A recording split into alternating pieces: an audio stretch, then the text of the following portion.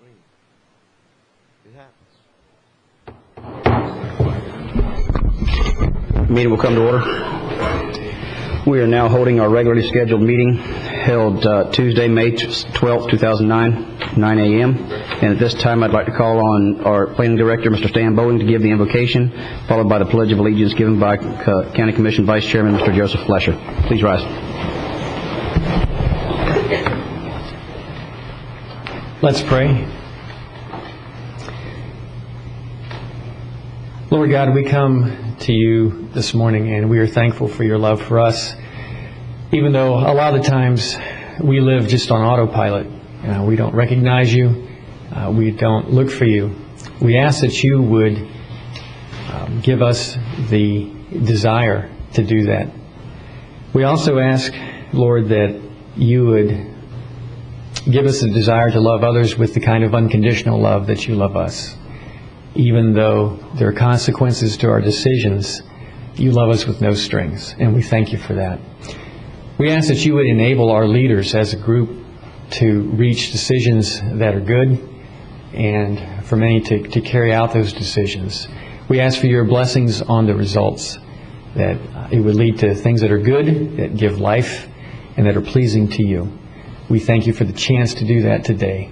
We ask again that you would enable us to do the right thing today. We ask this in your name. Amen. Amen. Please join with me in the pledge to our great nation. I pledge allegiance to the flag of the United States of America and to the republic for which it stands, one nation, under God, indivisible, with liberty and justice for all.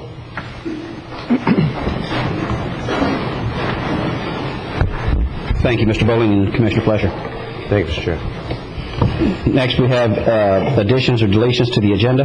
I have 3 items. None of them are spending money. So one of them is, I understand that Helene Castletime would like a few minutes under public discussion about an award that was recently received. The other one is, I'd like to add the proclamation that I gave yesterday in front of the memorial in front of the county courthouse, which is the proclamation for National Police Week. I'd like to be able to read that, and I see the sheriff out there to be able to accept that again.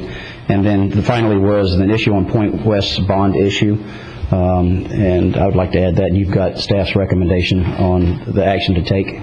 Is there any objections to those or any new ones, Commissioner? Mr. Chairman, the other thing I'll bring up for discussion is item 12I1, which is Public Works, the upland sand permitting. When we talked about this last week, I think we all agreed that we wanted to wait until Commissioner Wheeler was here before doing any vote on it. We put it on the agenda this week in hopes that Commissioner Wheeler would be here. He's not. We had said we'll wait until the 19th to make a vote on this. And I just put it for consideration. I think there's a lot of people here that might want to speak on it, although I don't think we're going to take any action on it. So I don't know if we just want to table it for this week and they don't have to sit through something, or if they want to speak, we'll hear them, but we won't be taking a vote. So I just kind of put that out, which way we want to go on it. Commissioners, I didn't have the opportunity to talk to Commissioner O'Brien or anyone else. Commissioner Wheeler called me, and he said to move ahead with the item today. Okay. He said, go ahead and move ahead. He didn't want to hold the item up. I just didn't have an opportunity. He called me and asked me, and he'll be watching it on TV, and he may be available later for a vote. And just to let everybody know, Commissioner Wheeler's not slacking. He's had surgery and he's recovering. So that's right. He's not in Hawaii enjoying a vacation in the middle of all this. With that, we'll move forward with the item. Okay. All right. Sounds great. Any other additions or modifications to the agenda, Commissioners? I'll entertain a motion. Motion approved. Second. We've got a motion to approve from Commissioner Flesher and second from Commissioner O'Brien. All those in favor say aye. Aye. Aye. The motion passes unanimously. That moves us into the proclamations and presentations. We've got a presentation proclamation honoring the Vero Beach High School girls lacrosse team, and Commissioner Solari will present to Coach Dean. Well, Coach Dean, if you and any team members are here, would like to come up to the podium. And before reading the proclamation, I'd just like to a little closer and pull it out. Yeah. Mention a couple things about the lacrosse team. We probably all know that they're an excellent team and they perform extremely well. But this commission has been talking a lot about economic development, and that team has been so competitive that they've been able to draw competitors from outside the state of Florida to the Vero Beach area. They had a Maryland team here that stayed for approximately 3 nights. slept in our beds, ate our meals, and added about $20,000 to our economy. They also had a Georgia team that was looking for good competition, came down to Vero Beach, played our girls lacrosse team. They spent 2 nights here and probably spent about $10,000 here. And something that I never thought about, our lacrosse team is so strong that they brought recruiters down here to look at these wonderful lacrosse players.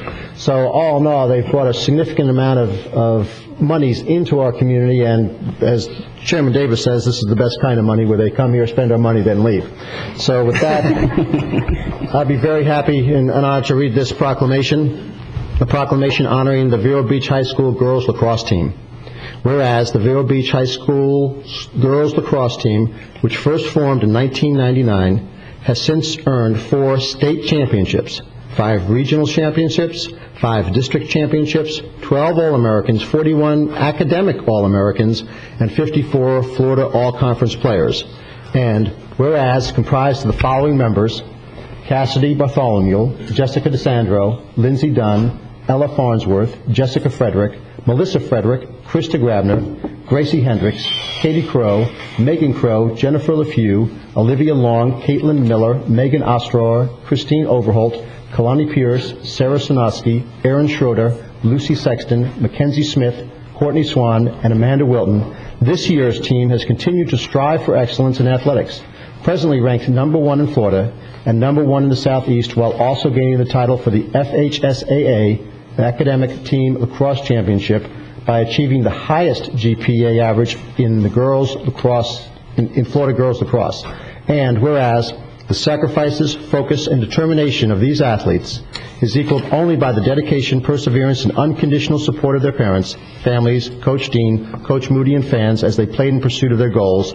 And whereas high-caliber teams of responsible, skilled players such as the Vero Beach High School's girls lacrosse not only reflect well upon our community, but just as importantly, they create a tremendous positive impact on our local economy by attracting teams from other locales to attend competitions.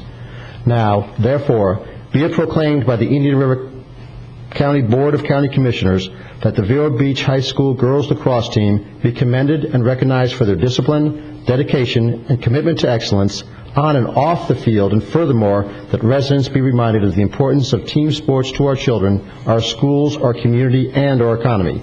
Duly adopted this 12th day of May, 2009, and signed by all 5 members of the Board of County Commissioners. Coach Dean.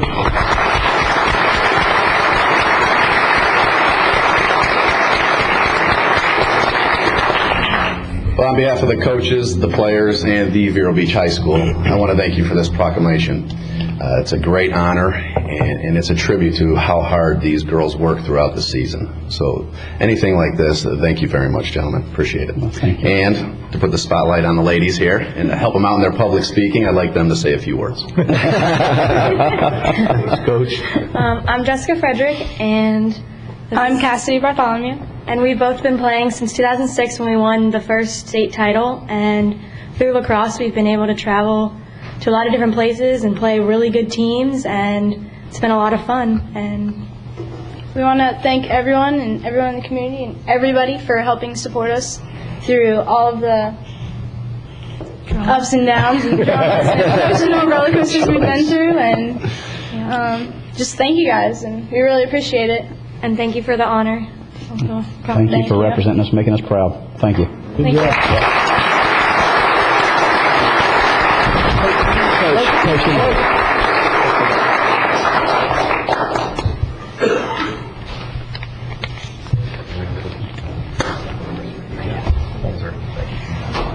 Good job. Great job. Great job. Congratulations. Good luck, teacher. Great job. Thank you. Thank you.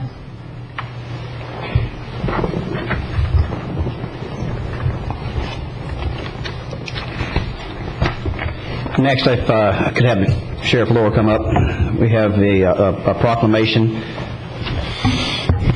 proclamation designating May 10th through May 16th, 2009 as National Police Week. Whereas the members of the law enforcement agency of Indian River County play an essential role in safeguarding the rights and freedoms of the citizens of Indian River County.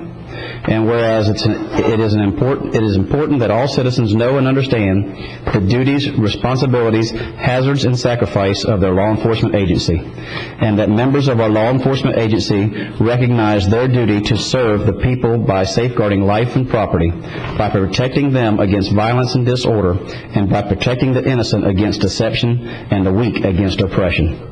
And whereas the men and women of law enforcement agencies of Indian River County unceasingly provide a vital public service.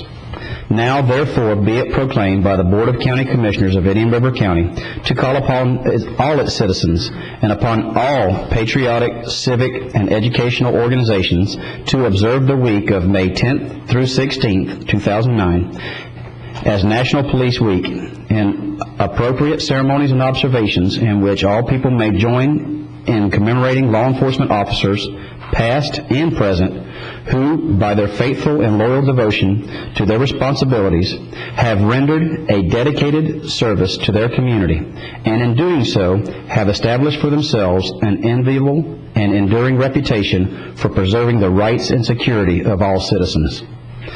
Be it further proclaimed, all citizens of Indian River County are called upon to observe May 15th, 2009 as National Police Officers Day, in honor of those law enforcement officers who, through their courageous deeds, have made the ultimate sacrifice in service to their community or have become disabled in the performance of duty, and let us recognize and pay respect to the survivors of our fallen heroes. Adopted this 11th day of May, 2009, signed by all 5 county commissioners. Thank you, Chairman Davis, and thank you so much for coming out yesterday and attending our ceremony. It's often that we forget those law enforcement officers that have lost their lives in the line of duty. Last year alone, we lost 8 policemen in the state of Florida, and since we've been keeping records since 1897, we've lost over 18,000 law enforcement officers in the United States, with a total of 125 last year. So we thank you for honoring our profession. We will continue to strive to do the best job that we can do for you. To my left is Ms. Shirley Roseman. I would certainly like to recognize her for putting that ceremony on yesterday. There's a lot of hard work involved in it.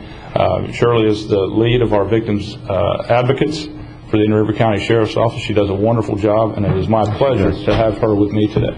Thank you, Commissioner. Thank you, Sheriff and Ms. Roseman. I want to congratulate you also on the Victims' Rights Memorial that we had the other day. That was a nice ceremony, and we always need to keep the victims in mind as well. So thank you very much. Thank you, Chairman. Thank you. Let you have it.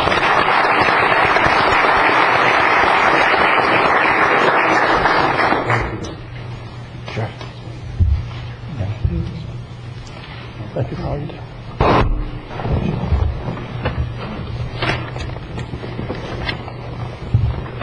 Commissioners, I think that concludes the proclamations and presentations. That moves us to the approval of the minutes for the meeting held April 7, 2009. Move approval. Got a motion from Commissioner Fletcher. Do I have a second from Commissioner O'Brien? Any discussion?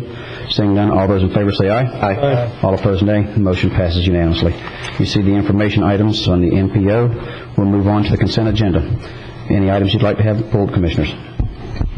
Seeing none, I'll entertain a motion. Approval of consent agenda. Second motion to approve from Commissioner O'Brien and a second from Commissioner Fletcher. If there's no discussion, we'll proceed to vote. All those in favor say aye. Aye. All opposed, nay. The motion passes unanimously.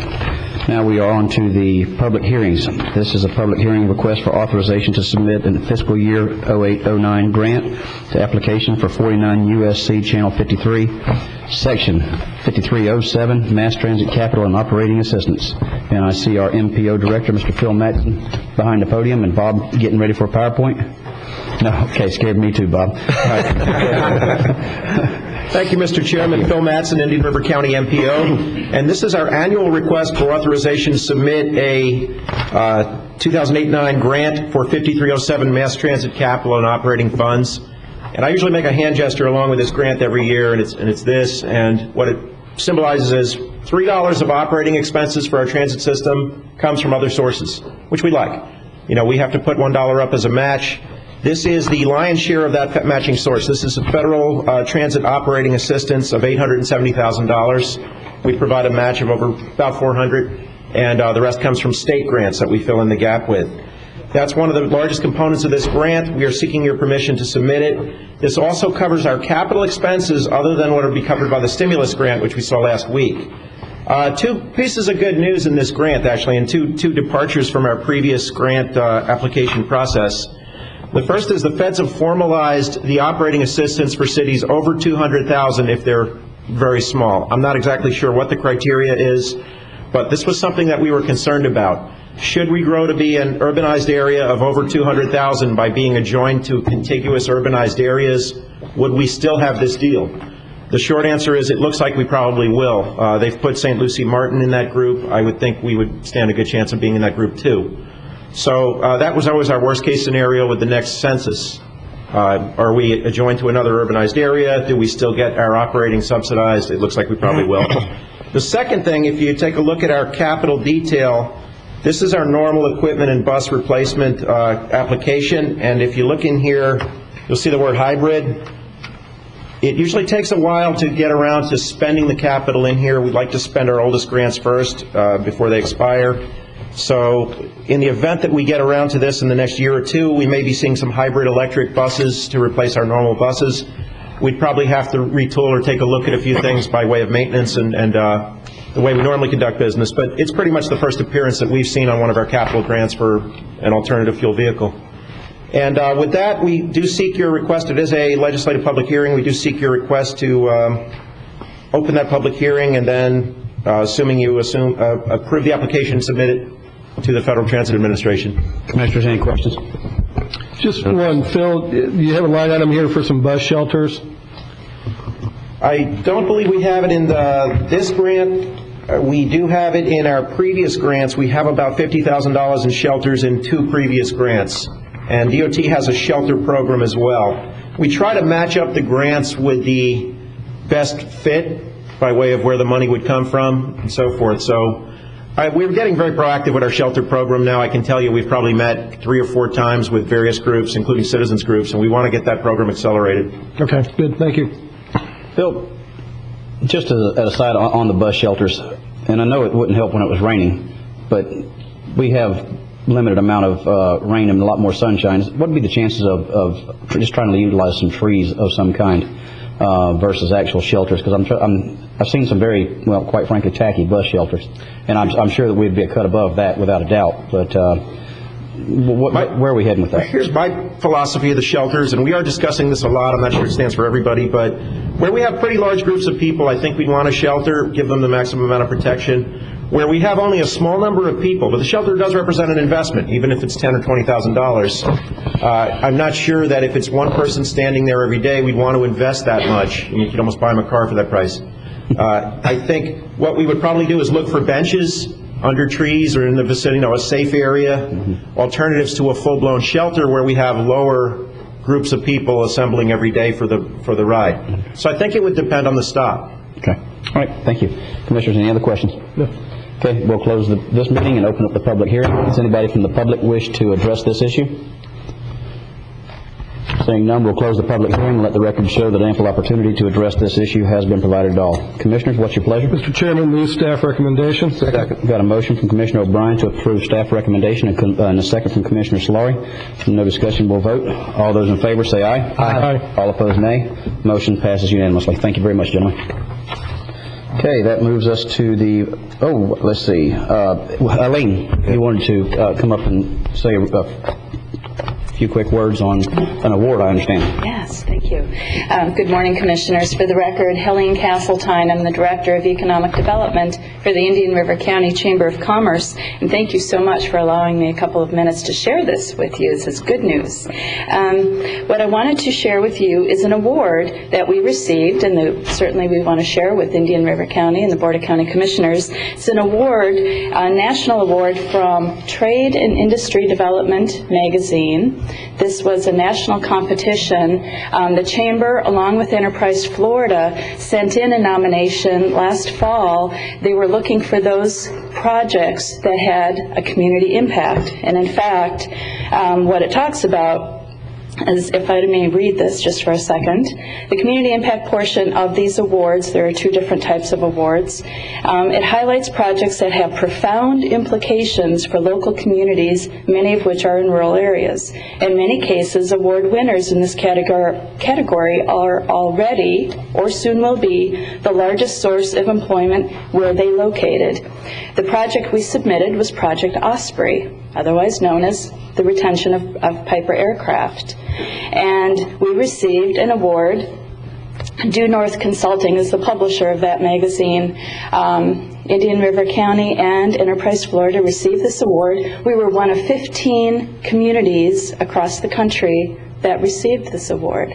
So I think that really says a lot about the partnership that we had between the Chamber, the community, and the county. And in fact, it even mentions, there's a brief article along with a photo of one of the, you won't be able to see this, but I'll scan this for you and share it with you, the We Heart Piper campaign that our community leaders put together. It was a grassroots effort, as you might remember, and that was mentioned in this article. So I just wanted to share that with you and share that with the public, because I think that's really good news for all of us. Thank you very much. We certainly do appreciate that, and certainly is nice to have that manufacturer still here, Yes, Piper still here. we're very pleased. Yeah, thank you. All right, thank Commissioners, you. any questions or comments? Okay, thank you, Lee. Thank you, Lee. All right, next we have the public notice items. Mr. Collins? There is a scheduled public hearing for May 19th, a county-initiated request to redesignate 16.22 acres from L1 low-density residential 1 up to 3 units an acre to C1 conservation district 0 density, and rezone those 16.22 acres from A1 agricultural district 1 unit up to 5 acres to conservation 1 conservation district 0 density.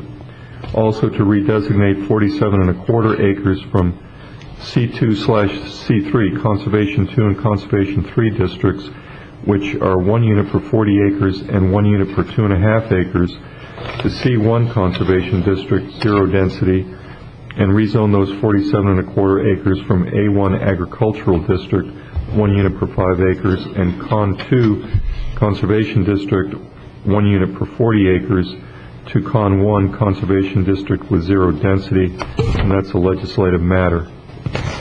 Okay, thank you very much. That moves us all the way to the Public Works item, which is the upland sand permitting and bidding option Sector 3 beach restoration.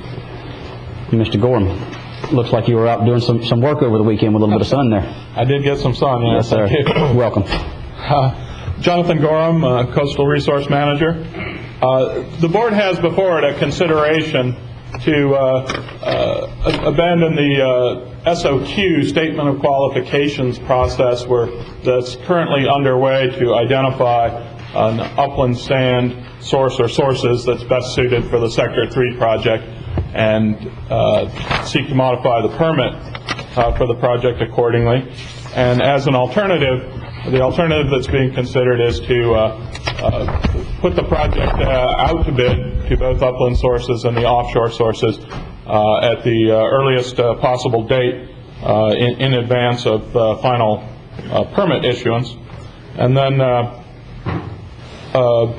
seek to modify the state and federal permits to authorize an upland sand source if that upland sand source was the apparent low bidder.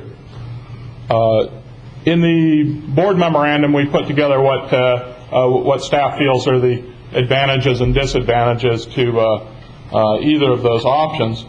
What we see as advantages to going ahead with an early bid on the Sector 3 project, including both the upland and offshore sources, would be that going to early bidding would allow for an early determination of prices and a determination on whether the upland sources would indeed be the most cost competitive way to construct the project.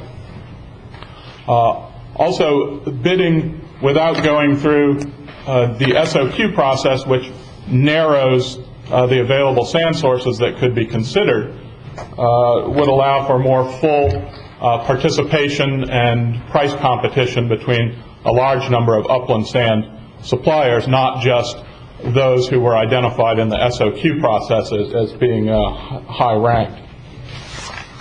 Another advantage is if upland sand bids came in sufficiently low, there would be the possibility that the county might be able to construct the project this fall, this winter, using the local funds that are currently available. On the other hand, the disadvantages with going to an early bid on the project, staff sees as the county having no assurance that the apparent low bidder resulting from an RFP process is offering the highest available quality of material most suitable for the Sector 3 project. We would also not have less certainty that that apparent low bidder's sand source would be acceptable to the state and federal permitting agencies. If the sand source of the low bidder through that process could not be approved, we would have to go back and rebid the project. There are also concerns, as stated by Mr. Davis at the last meeting, James Davis, that bidding in advance of permit issuance is not a generally recommended procedure, and that it does open the possibility of change orders once a contract is let, as the final project plans and the permit conditions under which the project is built are different from that which was bid on. And we did experience that as we were doing the renourishment of the Sectors 1 and 2 project, where permit conditions that were not in the bid package were imposed before the work started, and we did get some very expensive change orders on that project to the tune of about $2.5 million. We've also gotten indications over the years, and something that we constantly get when we go to these FSBPA and ASBPA beach restoration conferences from the offshore bidders, that they are becoming increasingly leery of providing bids to projects that are let to bid without these final permit conditions and final project plans. And we feel that putting the project out to bid at a very early date might result in unrealistically high prices from these offshore contractors, or a lack of participation. And the final point is going to a pathway where we put the project out to bid at the very earliest practicable date here, we don't feel would result in a shorter time frame for the issuance of permits, or advance the possibility of being ready to construct this year, because there are still those two paths that need to be done: letting a contract and having the final permit conditions. And either way, we have to go through that process. In fact, if we bid and then seek to modify the permit, we're getting into the game of modifying the permit at a little later stage, and it may, in fact, make it less likely that we're able to have permits in place for potential construction this year. We do believe there's another approach that would better satisfy both the concerns of the upland sand vendors, that they can fully participate in the process, and also the concerns of the residents in the Sector 3 project area, that we're moving on this as quickly as we can, and really working towards the potential for construction this year. What we would propose to do is issue an RFP. We could suspend the request for qualifications process, issue an RFP for upland sand suppliers to provide beach sand on a contingency basis for any and all county projects. The respondents to this RFP would be providing prices, not just giving us information on the sand quality. They'd be providing prices for delivering beach-compatible sand to the access points on the beach that we designate in the RFP, and placing and grading that sand out on the beach. As a result of the RFP process, we'd be awarding multi-year contract or contracts to one or more suppliers, those contracts we have in place.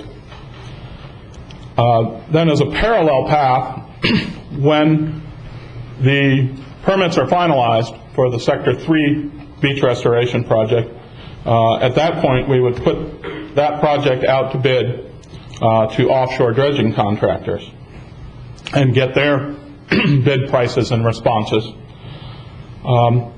We would then be able to compare the prices from the RFP process through the upland sand providers and the Sector 3 project bids from the offshore contractors, and we would be able to then determine which of these sand sources, offshore or upland, is the most economical for the project.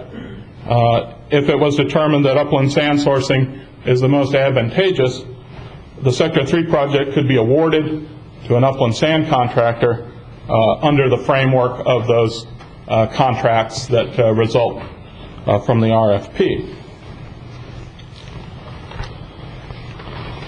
What staff sees as the advantage to going with this option is it would allow for the full participation of all available upland sand contractors and upland sand suppliers. They would all participate in this RFP process and all give us prices, which would enhance the competitive bidding. We'd also be generating, we believe, more realistic bid prices and full participation from the offshore dredging contractors by issuing the bids for the project only when permits are in place, not leaving the county open to potentially costly change orders, and perhaps offshore contractors being aware of prices generated through the RFP process might be motivated to sharpen their pencils perhaps a little bit. And one major advantage we see in going this way is that in the event that sufficient funding does not become available to construct the entire Sector 3 project this winter, beginning in November 2009, having the results of this RFP process in place provides a mechanism under which a partial project might be constructed this year using upland sand and such funds as are available. The county would get a limited notice to proceed from the DEP on the DEP permit that would authorize perhaps the dune portion of the project to be constructed using upland sand, and again that work could be awarded under the contracts that would result from this RFP process. We would also, in moving forward with an RFP, it would result in multi-year contracts with fixed prices that the county would have for any post-storm emergency dune projects which may be necessary as a result of storm events in the future. The county could simply issue work orders on those contracts to help us get a more timely response to these needs for emergency sand protection. We'd have the entire framework in place, and it would be very quick to just issue a work order. And so that is the recommendation that staff has at this point is to suspend the RFQ process and get an RFP out on the street for upland sand providers for not only the Sector 3 project but all potential future county projects. Thank you, Dr. Gordon. We've got just one quick question. I'm not sure how what staff recommended is any different really than what I had a hard time following your thought process on what staff was recommending versus just going straight out to bid and letting both sides bid on it, upland sources and offshore dredging. What is the subtlety there that I'm missing? Well, the fundamental difference is instead of issuing a bid specific to the Sector 3 project for both upland sand providers and the offshore providers. What we would be doing is going through an RFP process to award contracts to upland sand providers for providing sand for county beach projects. The Sector 3 construction contract would then be bid separately to the offshore dredge contractors, and then through a comparison of those prices, the determination would be made as which is the most economically advantageous, and the project construction for Sector 3 could be bid under either of those two frameworks. And how is that different than putting them out to bid? Well, if we put it out to bid at the earliest possible date in advance of the permit process, we'd have one bid that's going out to both upland sand providers and offshore providers, and it would not have the final permit conditions and final construction plans associated with it. Okay, so let me ask you this. Okay, now I think I see the subtle difference here. What would it cost us to get to that point, though, to make it so that, I mean, how much in engineering and everything would we have to get just so we could award the job to a contractor on the dredge side? What are the total dollars? I mean, we've already spent, I think, $1 million or so, from what I understand, in going through the permitting process and getting the sand qualifications and all that. And I'm learning from the upland source people that that's a costly process for them to go through, but yet we're paying for that on the side of the dredge companies. It's an expense of going with them, but we're asking our upland guys to do that. And I'm not suggesting we pay for their sand sampling. I'm not that at all. What I'd like to try to do is, if we go through that process, I'm wanting to get it clear in my mind to be able to compare apples to apples and have those costs associated with it. And if we're bearing those costs, I would almost rather us not bear those costs and let them bear those costs, just like we're asking our upland sources to do. The costs to the county of going through this recommended process would be the same as the process we have underway right now, where we select the sand source, excuse me, and then seek to modify the permit to include that sand source. At some point, that permit modification is going to need to be done. We currently have a proposal from our engineers in the amount of approximately $125,000 for the necessary permit modification. It wouldn't add any additional costs over and above that. So as far as engineering the project, there would not be, I thought I heard the last time that if we went with the upland sources, we would have to re-engineer the project based on the grain size. That's correct, and that is what the proposal from our engineer in the amount of $125,000 is essentially doing. Okay. All right, Commissioners, any questions? Yeah, Mr. Chairman. Jonathan, if I remember correctly, the Sector 1 and 2 project, the change orders were some turbidity issues raised by the DEP aquatic preserve folks because they were worried about an incoming tide, and they had, I thought, some kind of unreasonable mobilization and demobilization impacts on that, and I think that's what accounted for that big cost change. Is that correct? Yes, that was the bulk of the change order, was compliance with this permit condition that wasn't foreseen. There were also some issues associated with compliance with small-tooth sawfish conservation requirements that became a part of the final permit that nobody was really expecting. Right. Okay. But now in Sector 3, we don't have to worry with the aquatic preserve folks because we're further down the beach. We know about the small-tooth sawfish now. And aren't we pretty far in our Sector 3 application? I think, didn't you update us that we've sent in our final request for additional information? And I mean, I guess my question is, how many more surprises at this point in the process with Sector 3 would we realistically expect to pop up at this stage of the permit application? Those are really the unknowns, and that we're never really sure what factor we're not expecting is going to pop up. We are fairly far along in the process. At a meeting we had last week, there were some new questions on the application raised in the areas of mitigation and environmental monitoring. So we're really not finalized on what those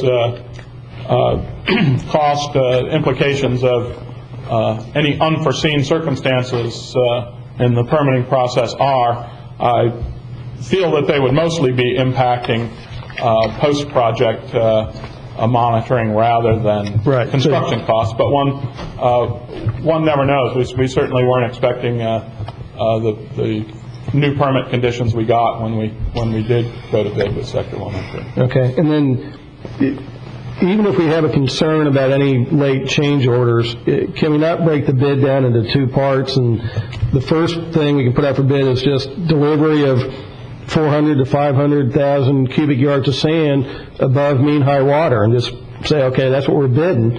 And then a second bid for the construction work, which we can actually put out later once we have the final permit, and that would be working the sand and moving it down into the below mean high water, all that. But I think if we just put out a bid, say, okay, we want a price for 450,000 cubic yards delivered along this stretch of beach above mean high water, I don't think that would, if there's any change orders, I don't think it would really impact that very much. And that is essentially what we'd be asking of the upland sand providers under the RFP, to give us a price to deliver sand, place it, and grade it on the beach. The offshore contractors couldn't really respond to a price just to provide sand. It's really more of an all or nothing a project for them. They're interested in bidding on the project for delivering the sand to the beach and placing it. I'm not sure we could break it down. The RFP process allows us to have these two parallel paths, and we'd get a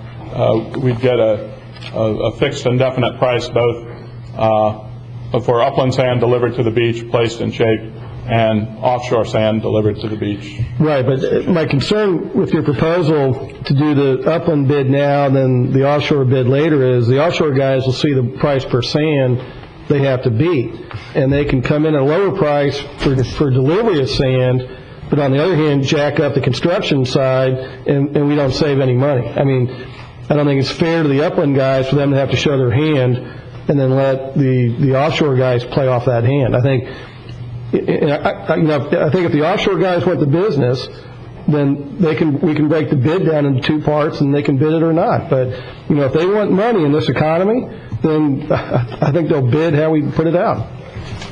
So I'd like to see a bid just to everybody, offshore and onshore, for delivery of sand above mean high water. And then once the permit's final, we go out for bid and see who can come in cheapest on the construction side.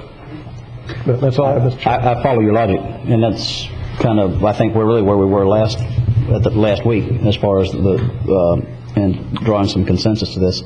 Commissioner? Dr. Gorham, I share the same concern as Commissioner O'Brien.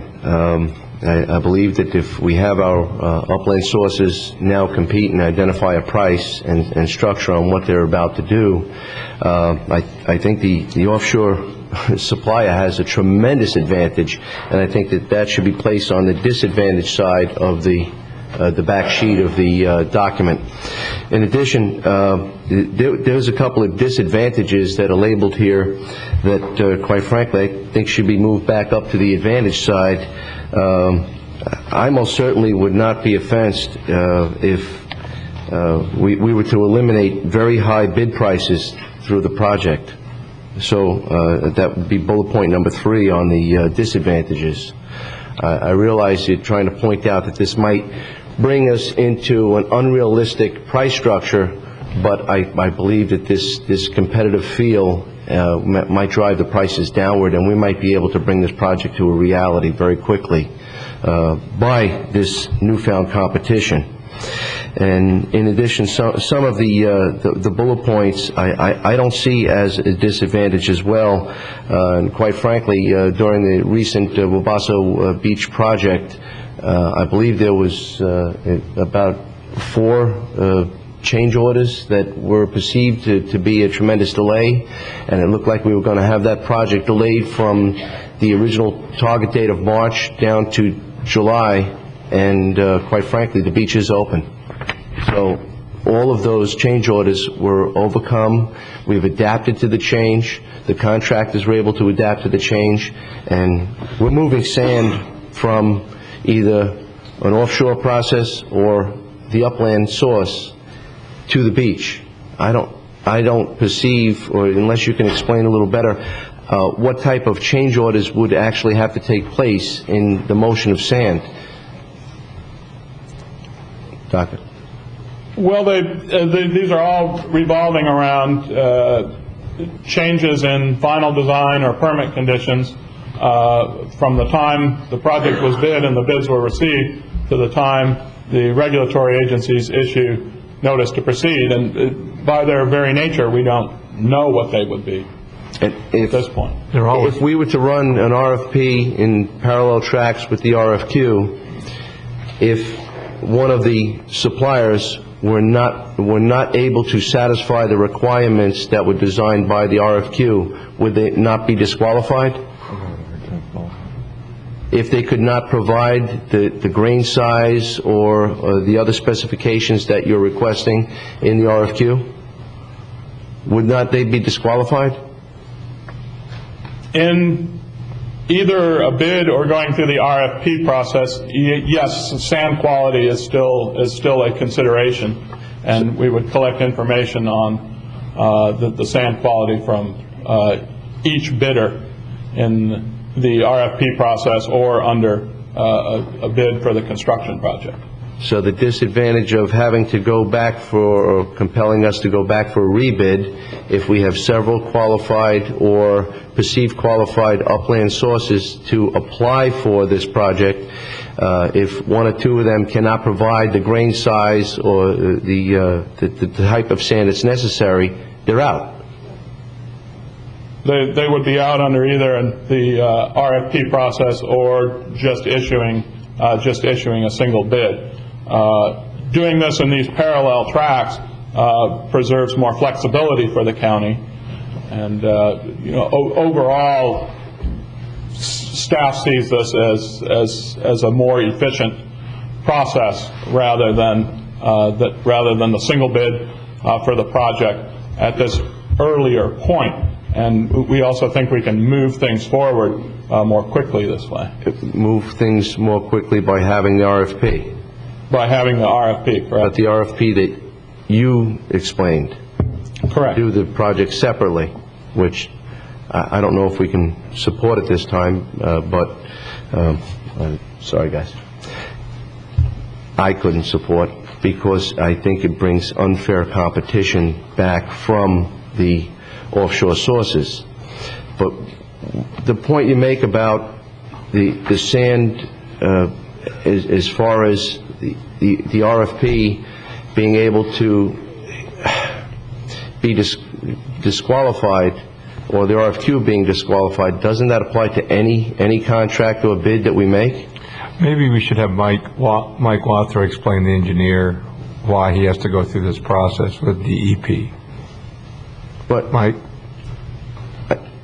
I just want to know the disadvantage of bringing in an RFP. I mean, you state that there is a disadvantage that we might have less bidders, and I don't know if that's a disadvantage or not, since we have ample amount of upland sources that would probably apply for this.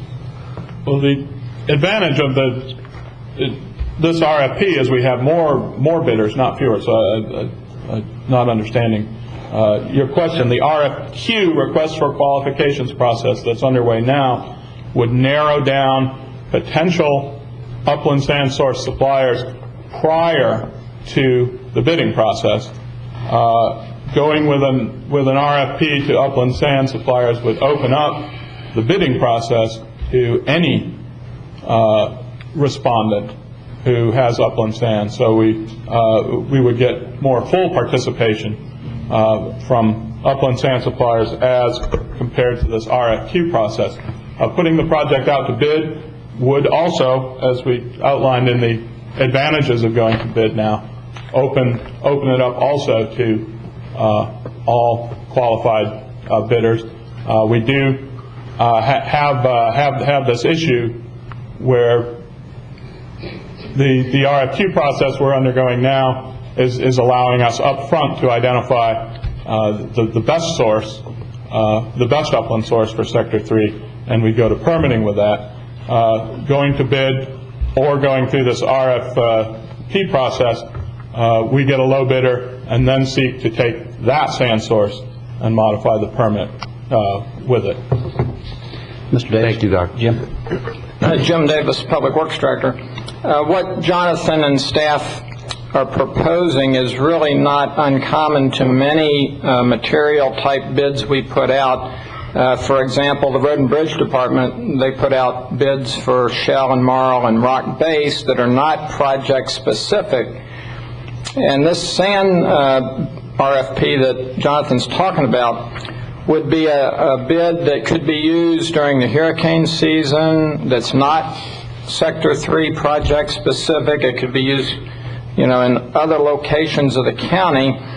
And I don't think that the dredging companies, if we put out a bid for the Sector 3 project, would consider that to be a price that they would give a disadvantage to the upland sand source supplier, because one is project specific and one is a generic bid that can be used any time during the year at multiple locations along the beach.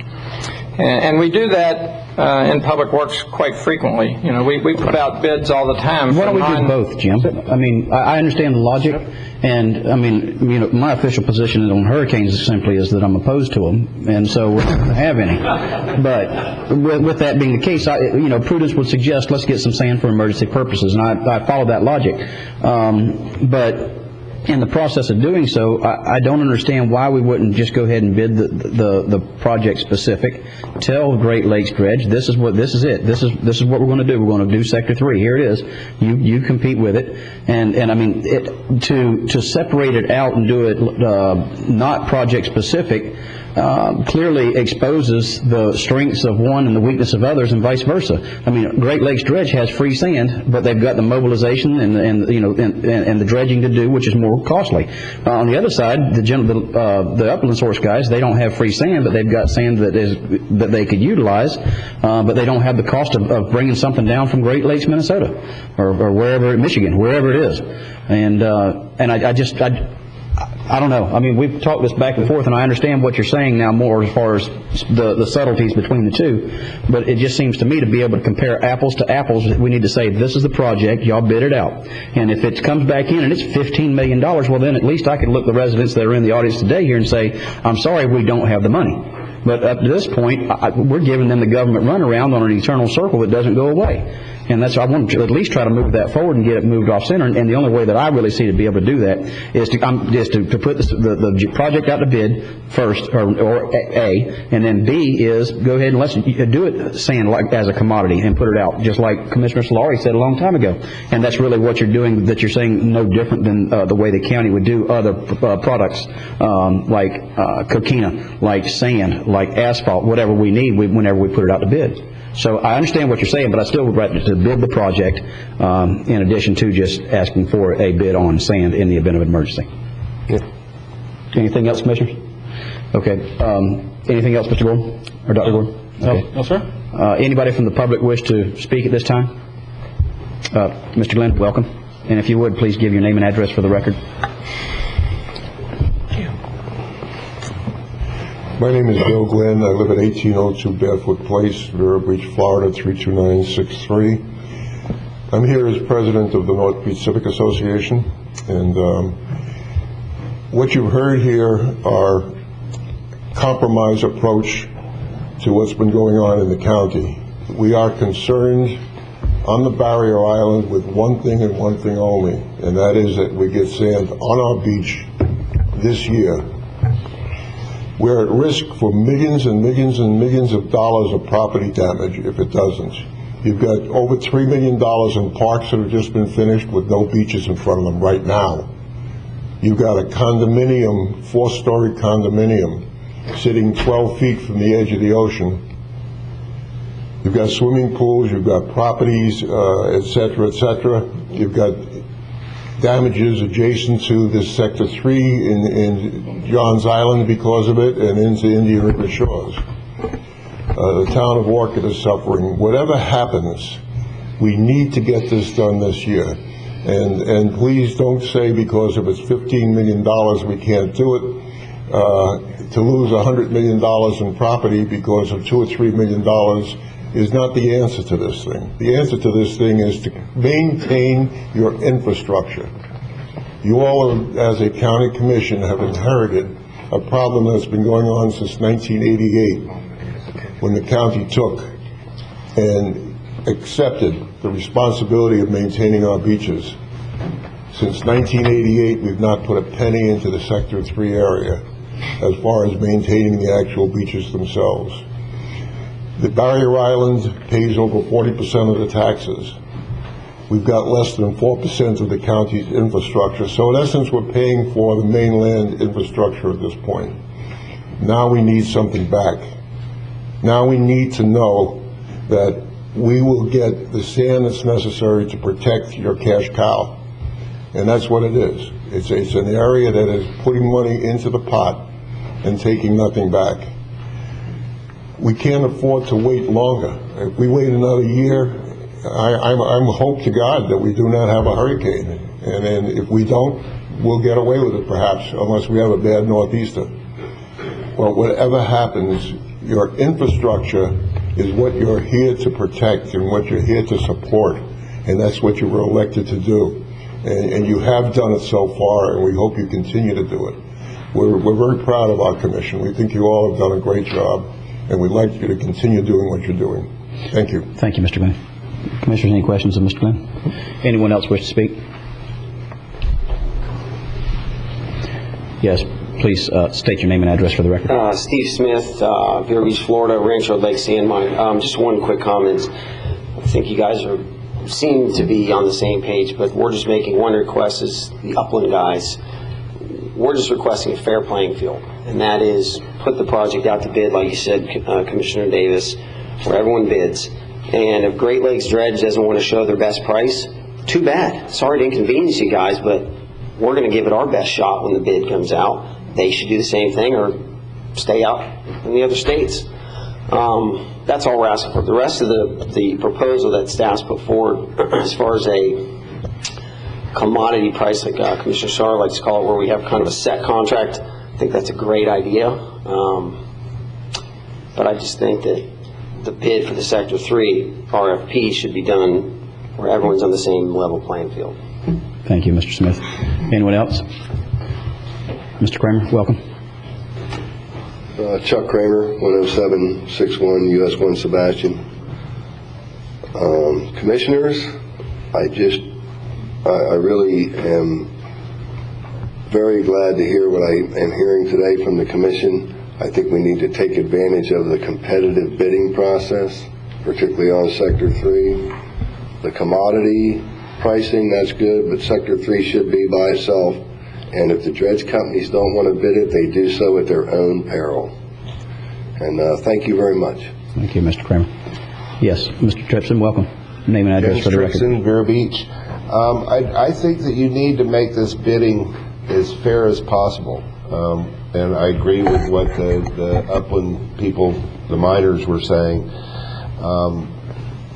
I was wondering, it's going to be 30,000 trucks. That's what the figure's been thrown out for Sector 3.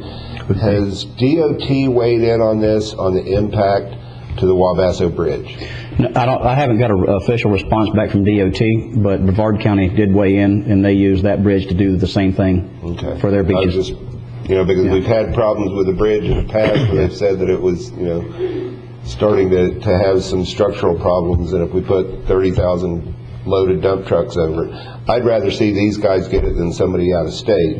But if the bridge is going to collapse because of the extra weight, I'd rather, I don't think they would want to cause that either. Sure, no. Yeah. Thank you, Mr. Tripson. Anyone else wish to speak? Yes, sir, welcome. Name and address for the record, please. Yes, Tuck Farrell, 12546 North Highway, A1A, Vero Beach. I'm not in this particular district, but my comment is, let's just do it. Nike said, let's just get it done, however we need to do it. But it's critical. I wore my turtle tie today, and I was up at the Barrier Island Center. Yeah, it's got turtles all over it.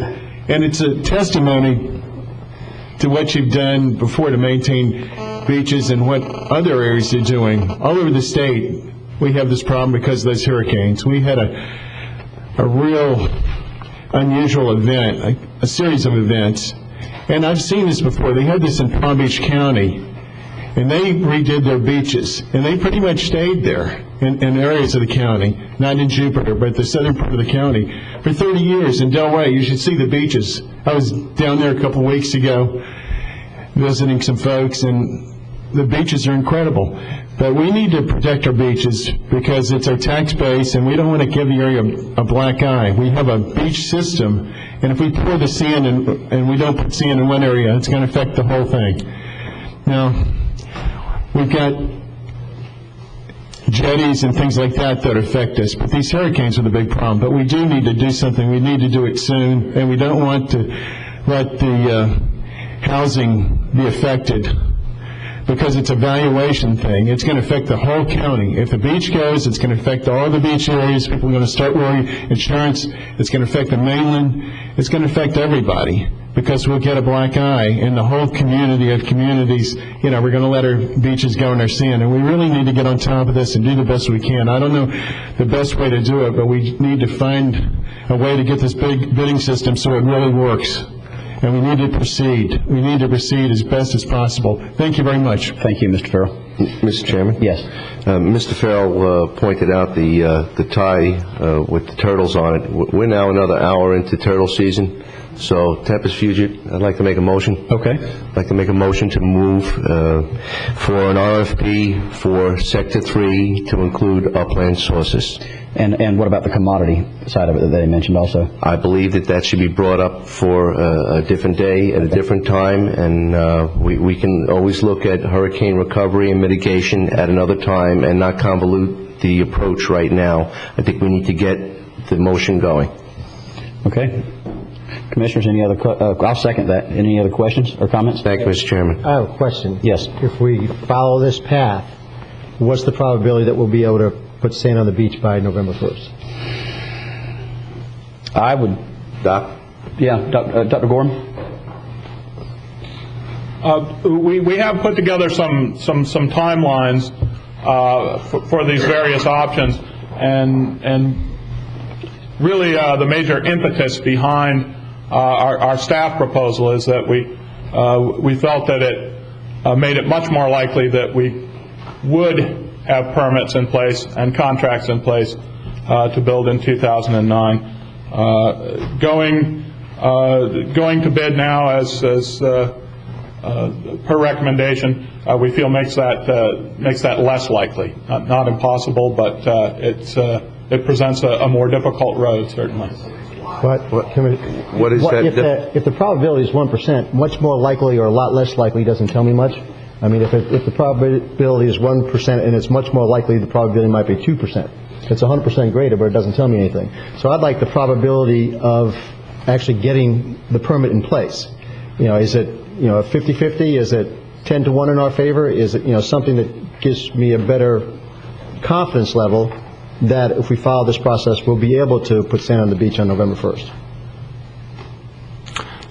I may ask Mr. Walter here if you're willing to sort of lay out some of the timelines in the permitting process and where we are now.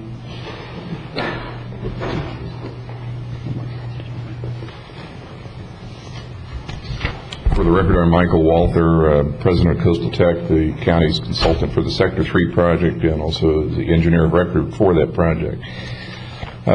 In the scenario where we may pursue an amendment to this DEP permit to use upland sand, we cannot pursue that amendment until after we receive bids. Based on the path that the board is charting for us to combine the bidding of the Sector 3 project to allow for the upland sand source and the offshore sand source, Jonathan and I conferred earlier, I think we would be at least 6 weeks, Jonathan, and likely longer before we would be prepared to go to bid. Ultimately, I think and I'm shooting from the hip to a large extent here to try to give you some sense of probabilities, Mr. Solari, but I think on the path that we have been on with county staff, we think that we would be able to obtain both the permit to build the Sector 3 project using an offshore sand source and an upland sand source roughly about by November 1st. With the path that staff has recommended, we believe that we would be able to have the contractual options for the county to contract with an offshore sand source or an upland sand source and potentially be ready to go to bid November 1st. The path that the county board is suggesting, I think, as Jonathan diminishes that, again, I would guesstimate that where we are right now, I think we're 50-50. Being able to go to construction November 1st, it may reduce it down to a 25% probability that we'd be ready to go November 1st. Quite frankly, I think it's probably far more likely that on the path the board has charted that we would only be in a position to build part of the project and likely only be able to be in a position to build it using an upland sand source come roughly the 1st of January of 2010. That's again, off-the-cuff scenario. There's a lot of things that play into this picture that are beyond the control of my control, beyond staff's control, that are at the discretion of the federal and state regulatory agencies. You're familiar with those nuances and difficulties. Based on the meeting that occurred last week, the state and federal agencies have given us indication that they believe they can issue an intent to issue a permit, which would prescribe all the conditions that we need to use an offshore source by the end of July, 1st of August, in that time frame. And that gives us sufficient time to bid that offshore project. While I have the stage, I'll suggest to you that the staff's recommendation is something that I support and have suggested to staff because I think it gives the county multiple options and flexibilities to build a project more soon than you would if you were to pursue the path that you have suggested. The key to this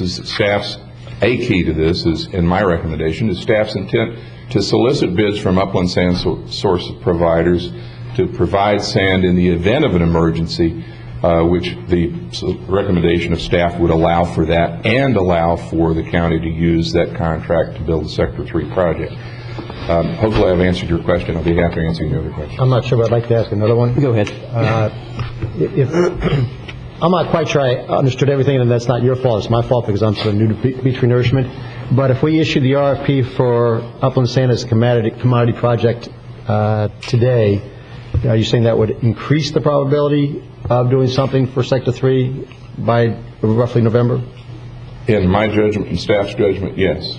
Okay, and I'm just tossing out for discussion.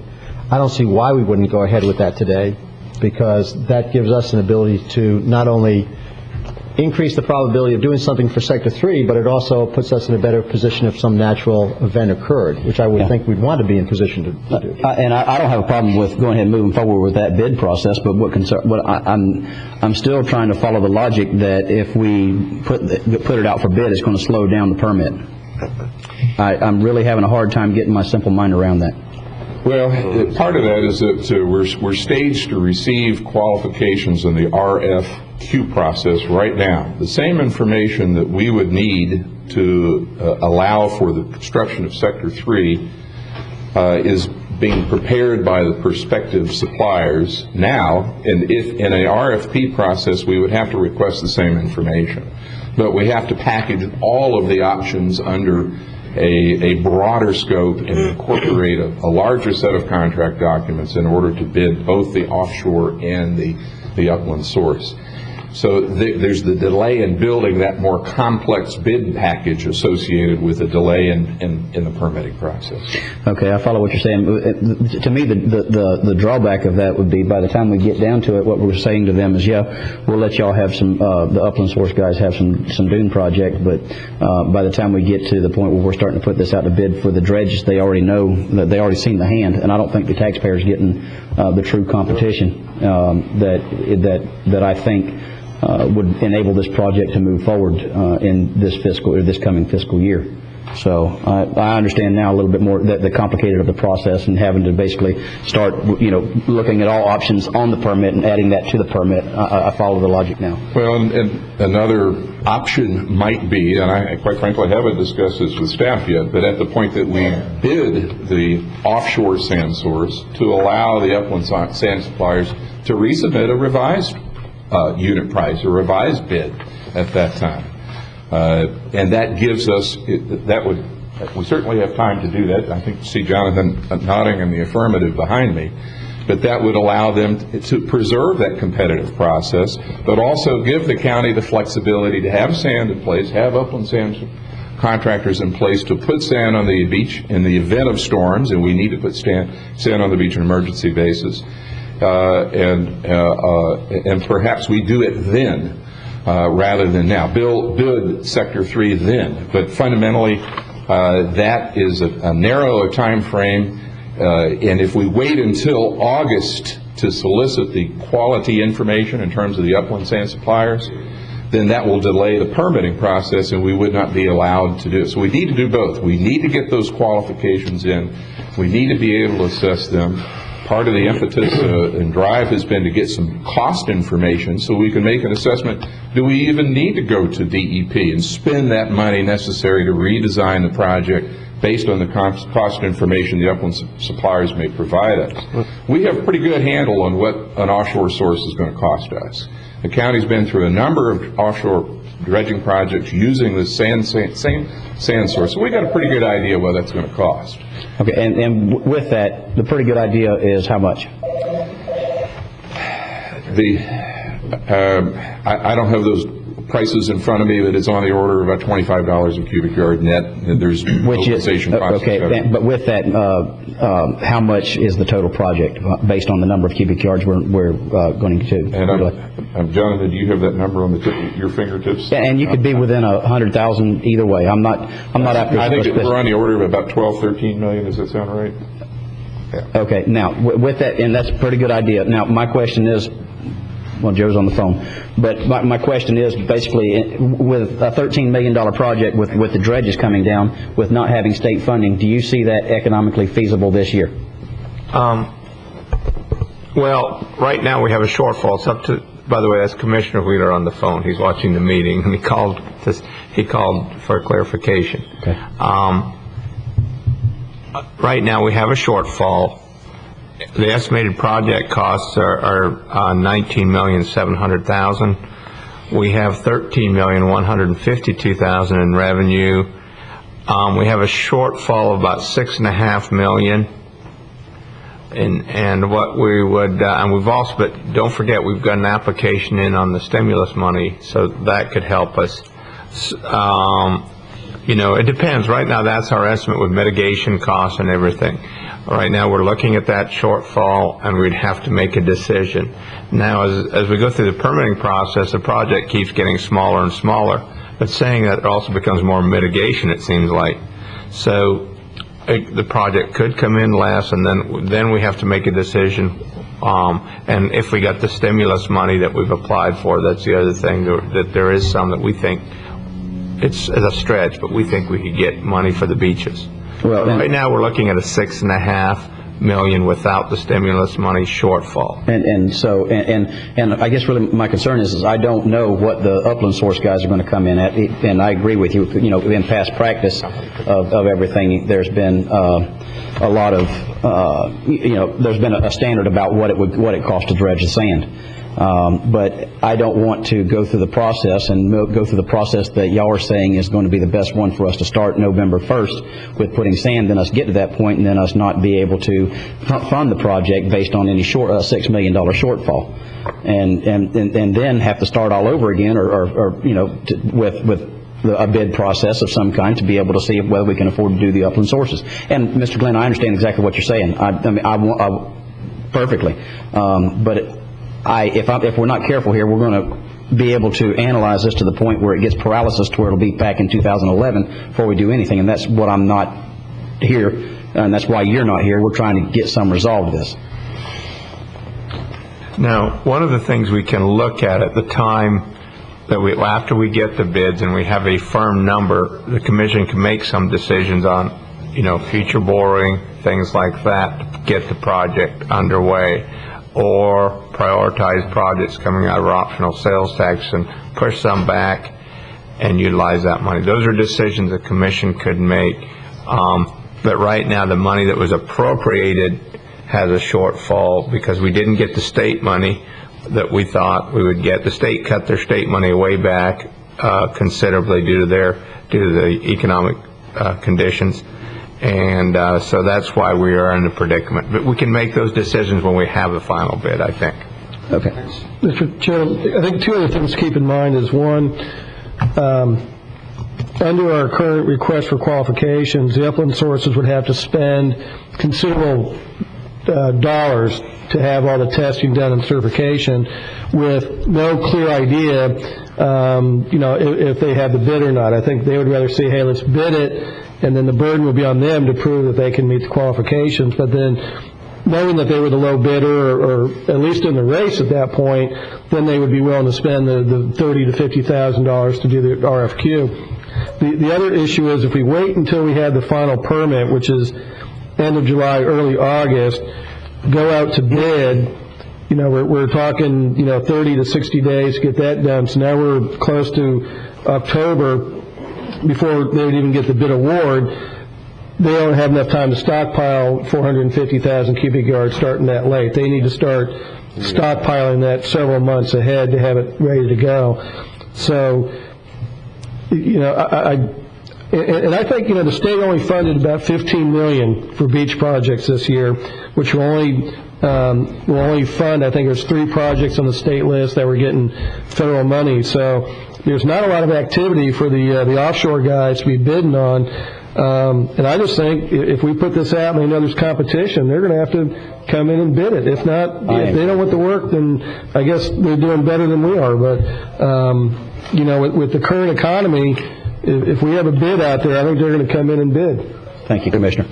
Mr. Chairman, no matter what source is chosen, no matter how or what path the competition takes, the fuel prices have a lot to do with what's going to happen. And I believe the fuel cost now for diesel fuel is about 50% of what it was when we began this discussion. And I believe that we will get the best possible price for the delivery of the sand if we act today, if we go forward now, as opposed to delaying this and waiting any further with the discussion. Penny. My name is Penny Chandler. I'm with the Indian River County Chamber of Commerce. When I heard the motion that was made, Commissioner Fletcher, I think what you said was you'd like to see this move forward. You made a motion to move that forward. And with that seconded, and then your comment, Commissioner Davis, about not quite understanding the difference between, excuse me, the bids. This is where I get a little concerned. When we talk about free enterprise, and capitalism, we're talking about the idea that it's equal and fair in a system. And what I'm still hearing is what I've been hearing over the past couple of months. I haven't been in these chambers to listen necessarily to the discussion back and forth between the sand companies and Jonathan's office and so on, but I've been here and I've listened to all of that. And it sounds like what I heard today is that there's still 2 projects. And, if you're going to put the project out for bid, then put the project out for bid, not 2 separate things for 2 separate kinds of companies. And from the chamber point of view, we would just like to see you move forward with the course of action that would provide equal and fair opportunity to all the companies, and to do it in such a way where you're able to compare apples to apples on a project, not apples to oranges on 2 different projects. So I urge you to take that into consideration. Thank you, Thanks. Penny. Mr. Smith. Sorry to jump up here again, Steve Smith again. A couple quick points. I got actually 3 things to say. Number 1 is what Commissioner Bryan brought up is actually right on point. The longer we wait to see the winning bid, the shorter the amount of time we as upland guys have to put material on the hill, because it costs a lot of money to pump it through the dredge, put it through the screens. There's a lot of intense labor, a lot of fuel costs, machinery costs, etc. For us to put 500,000 yards up on the hill on speculation, and then maybe it sits for 3 years, we've got a lot of money out the door. So we would need to know sooner rather than later. So I was concurring with what Commissioner Bryan said there. Right point. Quick point on the long-term contract situation versus Sector 3. Sector 3, we know what the fuel prices are. A long-term contract, I've got to price that based on what I'm reading in all the trade publications. Our fuel suppliers are all telling us to expect 6 months and then going forward that fuel prices are going to go up. Everything that they're telling us is that it's going to go up because the dollar is pegged to devalue, and since oil is traded in dollars, it's going to buy less. It's going to cost more now to buy that same 50-gallon drum. So fuel prices are going to go up. So we've got to price a long-term contract with that in mind. Whereas today, I know what the diesel costs, so I know for a fact what I can price it at. I've got to price a long-term contract knowing I'm not going to lose significant money because now it's $5 a gallon for diesel. With that said, the $6.5 million shortfall that keeps getting talked about. Thanks, Bill. I wanted to put up the sources of the Sector 3 funding, and this is straight from Jason, your chief accountant, budget director. Budget director, yeah. This is his spreadsheet. This is not mine. The construction number, if you see down here, it's $17.4 million roughly. That was based on a much larger volume of sand. You heard Mr. Walther say that they were thinking more along the lines of 12 to 13 million in construction costs based on $25 a yard. That wipes out $5 million of your deficit right there. So I just wanted to make sure we're all clear. We're not $6.5 million short. Based on the projections that were just put forth, we're $1.5 million short. Okay. Just wanted to throw that out. Thanks. Thank you, Mr. Smith. Any other comments or questions? Yes. I'm trying to clarify this in my own mind. I heard discussion from Commissioner O'Brien and Solari, which I thought was leading toward doing an... Well, pick your mic. There you go. Thank you.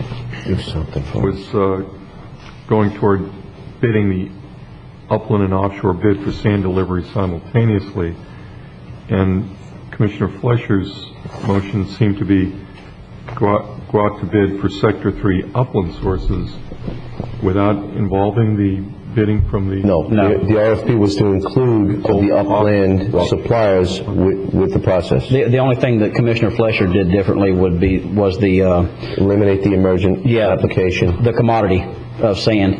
And to address Mr. Smith's concern on that, whenever the county bids a product on commodity, we'll probably have a price that we can come pick it up. Then we have a price delivered to one of 3 zones, and you would bid accordingly for those 3 zones in that instance. Thank you for that clarification. Thank you. Okay, Commissioners, any other? Yes. To clarify, Commissioner Fleischer, your motion is to just bid out the entire project, which is sand and construction? That's correct. Okay. And hold on. Just one last thing. I'd just like to make a statement. I think it's ridiculous we have to keep going through this exercise with beach renourishment, and I'm going to get with staff and write a letter to DEP saying, we need to start looking at more permanent solutions to the beach erosion issue. We need to start going back and doing more pep reefs or some type of offshore breakwater or something, so we don't have to keep going through this exercise. I think it's totally ridiculous, and we need a more permanent solution, and we need to get DEP working on that, so we don't have to keep doing this. But thank you, Commissioner. What we're stuck with now. If we go ahead with the first motion, we'll be able to come back with the second motion, which will ask for the RFP for the commodity upland sand source? Absolutely. Yeah, that'll have to, in my opinion. Okay, motion you want, Commissioner? Yep. I just want to make sure All right. So, any other further comments? Seeing none. Oh, yes, sir. Welcome. Name and address for the record, please. Scott Bayman, 40 Beachside Drive, Vero Beach. I'd just like to comment on the process here. I think you're all to be commended in seeing is how fast you want to move this forward. And I want you to know that the residents here are ready and available to help with anything you need done at the state level. We all vote for them too. And so we just need to know what you need, where you need help. We'll get you some email addresses. Thank you. Okay. Mr. Baird, anything Yes, for the vote? Chairman Davis, Commissioner Wheeler, I think, wanted to ask a question. Yes, sir, Commissioner. Commissioner Wheeler? You can't hear. He can't hear. Well, have him. Yes, go ahead. Hello? Yes, go ahead. Gary, go ahead. Go ahead, Commissioner Wheeler. I'll repeat it.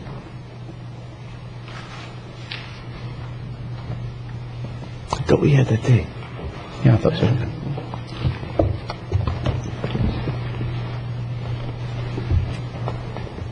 Supposed to have a nice conference. It's just...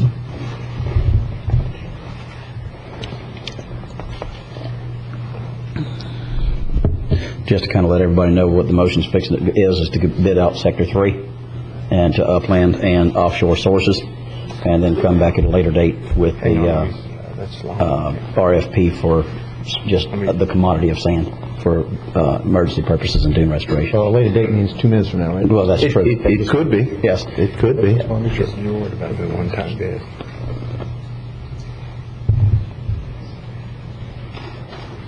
And while we're waiting for that, I believe that they have to be separate just based on the fuel alone. Yeah. I don't believe that we can hold the upland sources accountable for a continued process for several years. And I think you were suggesting, Doctor, that it would be for several years. And with the cost factor now, I believe the fuel has gone up about 25 cents in the past 2 weeks.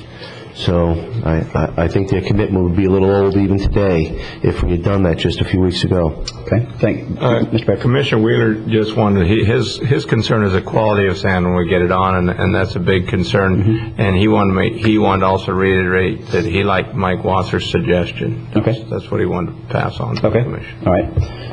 Thank you. All right, Commissioners, we have a motion on the floor. If there's no further discussion, we'll vote on putting Sector 3 out to bid for upland and offshore sources. All those in favor signify by saying aye. Aye. All opposed, nay. The motion passes unanimously. Thank you very much. I'd like to make a motion, please. Thank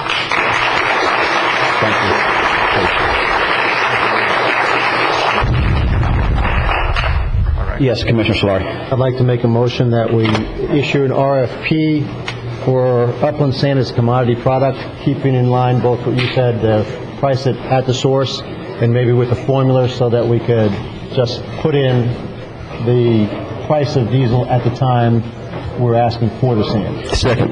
We've got a motion and a second on the commodity side of it for an upland sources for dune restoration and emergency purposes. If there's no discussion, we'll vote. All those in favor say aye. Aye. All opposed, nay. Motion passed unanimously. We'll take a 15-minute recess.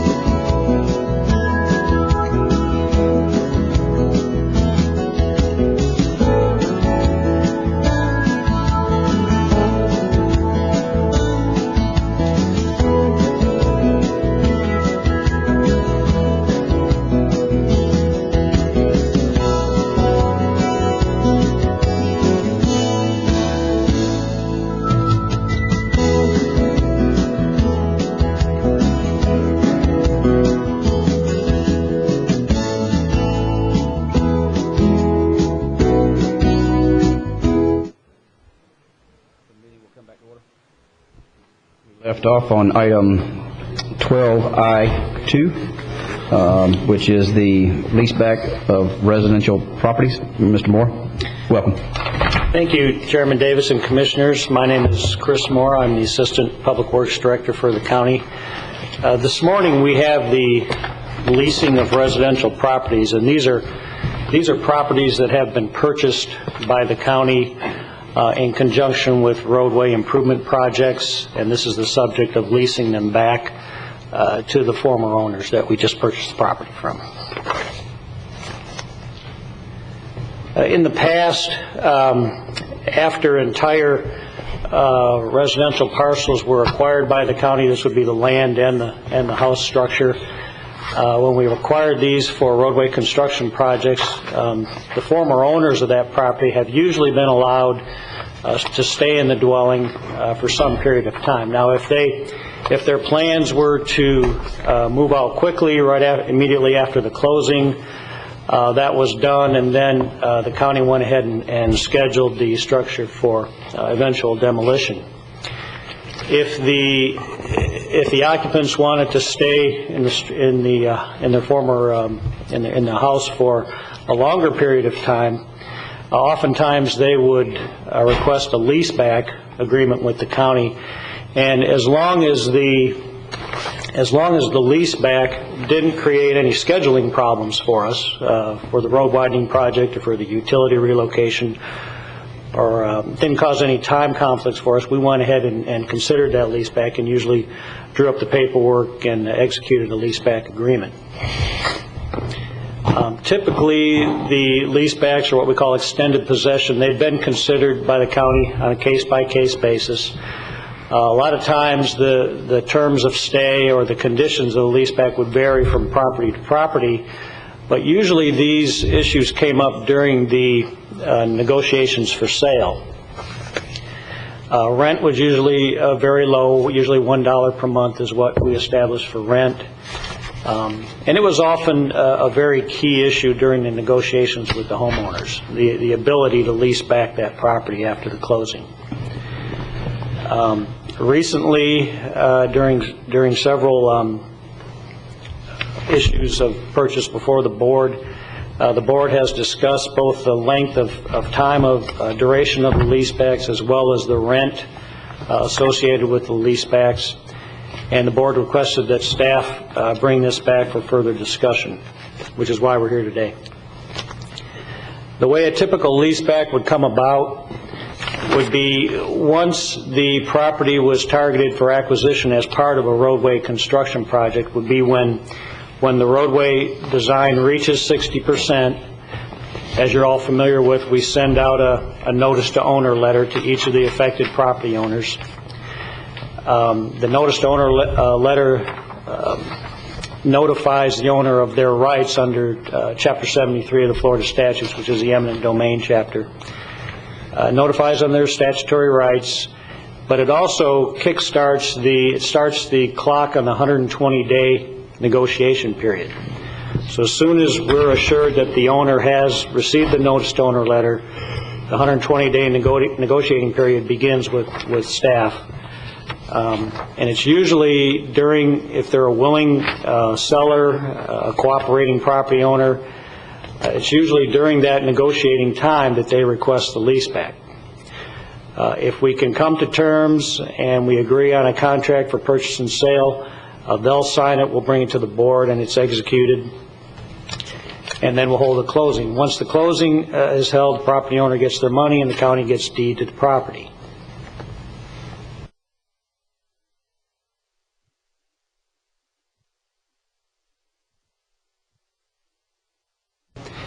The former owner would continue to live in the house. They'd pay $1 per month rent to the county. They would be responsible for paying for all utilities, water, sewer, electric, cable, whatever utilities they have, as well as any property maintenance or insurance would be their cost. Once the initial one-year term is over, and this has happened many times, they'll come back if they still want to stay there and we don't have any issues with a road project schedule.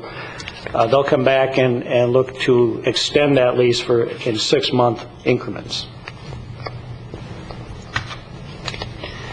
Now, the county has usually been very flexible on leasebacks, but some non-typical terms of stay that we've had come up recently, and one was the O'Neill parcel that you looked at recently and approved. Mr. O'Neill wanted, and this was written into his agreement for purchase and sale, was 45 days. He could stay in his house until 45 days after the date of bid opening to widen and improve that section of 66th Avenue in front of the property. This is a little bit unusual in that it granted him a longer stay than just the initial term and possible extensions. Another type of non-typical term would have been to have the 6-month renewals automatic, not approved by the board in each case, but just automatic as long as it didn't interfere with the road project. Again, the normal rent was $1 per month. With regard to rent, that's also been an issue recently that the board has discussed. One of the discussions was to possibly increase the rent to reflect more of a market rate, a fair market rate of rent, instead of just the $1 per month. As we kind of dug into leases, we feel that one of the reasons why leasebacks are becoming more common, and we're seeing more of them, is obviously we're purchasing more right-of-way, and we're purchasing it much earlier in the road building process than we used to. Resolution 139 that was passed by the board last year kind of sped up the whole process, and it keyed everything towards once the roadway plans reach 60%, we notify the owners, the clock starts ticking for the 120-day negotiation period. Pretty much every aspect of 139 kind of sped up the process as far as the acquisition of right-of-way was concerned by the county. But the end result is that we could be buying properties, again, if it's a willing seller, cooperative property owner, we could be buying property today in year one of the CIP in 2009 that might not be needed until year 5, which is 2013, or even later if a project is delayed. So you can see we're kind of front-loading a lot of the right-of-way acquisitions, and that's due to our speeding up the process. So what staff is looking for, because we're going to be getting more and more requests for extended possession, we're looking for some policy direction, kind of some ground rules in establishing these leasebacks as we encounter more of them in the future. We've put together a proposed leaseback policy, and this kind of encompasses all of the points, common points that we've seen in some of the leasebacks that we've had to date. A leaseback number one of the policy would be a leaseback may be considered if the road construction project is greater than 12 months away from advertisement for construction bids. And by construction, we mean that would also include utility relocation, any drainage work or digging of ponds, pretty much any phase of clearing or road construction. Number two would have to do with the terms of stay. The initial term would be limited to 1 year, and renewals would come in 6-month increments, but the 6-month renewals would be subject to the same restrictions that the initial term was. In other words, if road construction is greater than 12 months away, we can consider an extension.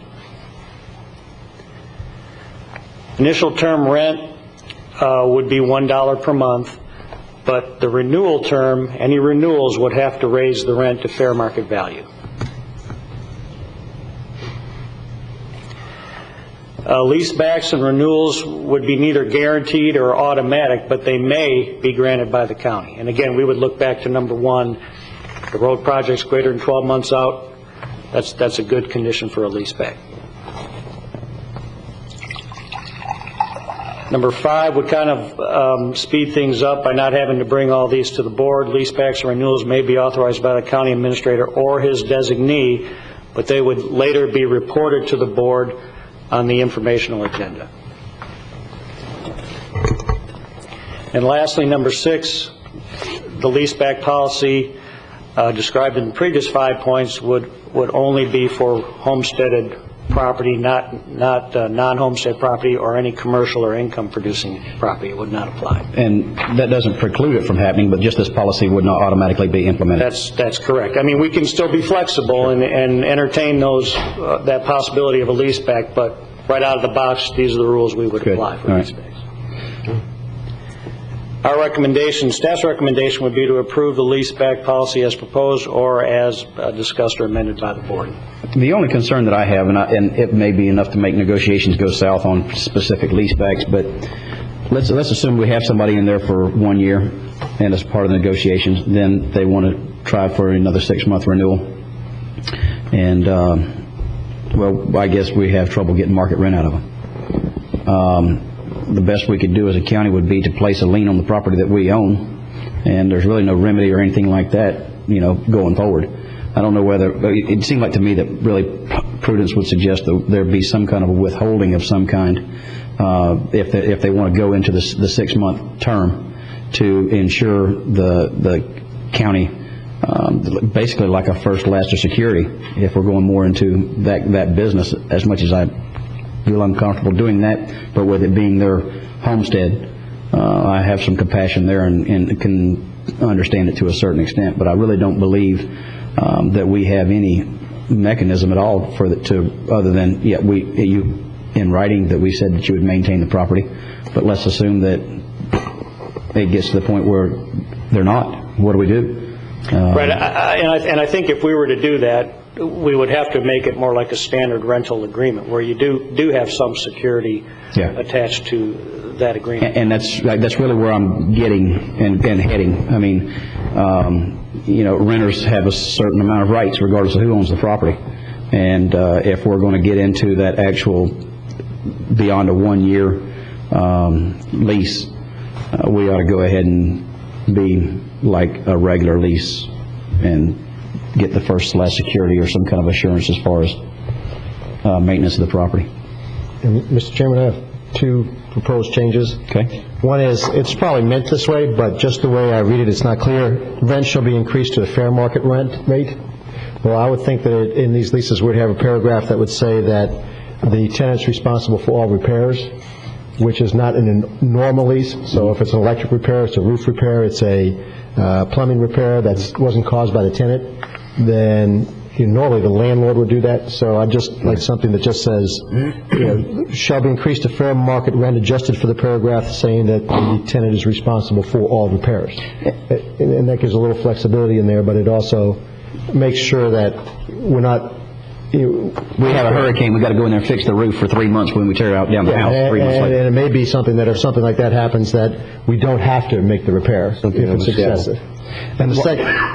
just while you're on that, in that paragraph is I would almost prefer it to be an agreed upon time of purchase rent versus coming back before us a year later, having somebody beg or plead their case about whether the rent is high or low. Go ahead and if they have any inkling of doing that, let's hammer that out in the contract before we close. And that's fine too. And the second, I'm sorry. The second one was on the number 5, the information authorized by the county administrator. I'd rather take a little different path. This is a lease, and the lease is a legal document coming from the legal department. So I would think that the lease should just be, the lease extension should be written by legal and then just put on the consent agenda. And given that it's not a timing issue, because we know a year and ahead basically when the lease extension is going to come. So that's something that could be Caledon did and I think taken care of. But I don't know, to me it's a legal department issue coming to the Board of County Commissioners, and I don't see why we need to pass it through the county administrator. Okay. All right. And that's it for me. The only thing is I prefer a go on consent, but I think if you look at my duties, we negotiate. Legal does a thing, but we negotiate in the duties under our ordinance. Well, actually, in terms of negotiation, the way we just said it, there is none. I mean, the negotiation initially is done at the time of the original lease. And I think that's really what we're trying to create this policy for, is to make it uniform for the negotiation process. Say, here, this is what we offer. And I don't I don't have a problem with it coming under the consent. If we want to pull it, we have the I have opportunity. it that way, honestly. Yeah. Well, if it's fair market value, what is... Just a renewal to come back? Yes. The lease back is part of the negotiated purchase. Yeah. And that comes before us. Absolutely. So I think number 5 there, we should take out lease backs and just renewals may be authorized or renewals may be under consent. The lease back should be part of the purchase price and come to us. That is correct. So number 5 here, I think lease back should be deleted and just the renewals. Because that's just taking the exact same lease and just saying that we're going to renew it for 6 months. And you want, instead of, renewals may be authorized by the Board of County Commissioners. I think it can be authorized by the county administrator at that point, because it's just a renewal of an existing lease we already That we've already agreed upon the terms. Right. I like that. Fair enough. Yeah, that's fine. There could be some negotiations involved in a renewal if there's a disagreement over market rate. If it wasn't established in the... That's what I'm saying. I don't want to start going back through and hammering that out. And at the time of purchase, we have an appraisal. Yeah. So then we just put in, here's the market rate. And I'd like to see us at closing withhold 6 months of rent so that, we're not in the process of having to evict somebody 3 months into a 6-month term because we burned up first and last. I don't have a problem with that. I think that's just withhold we establish the fair market rate at the time of sale. We withhold 6 months of rent in escrow until they terminate the lease, and that way we're not in the eviction business or anything like that.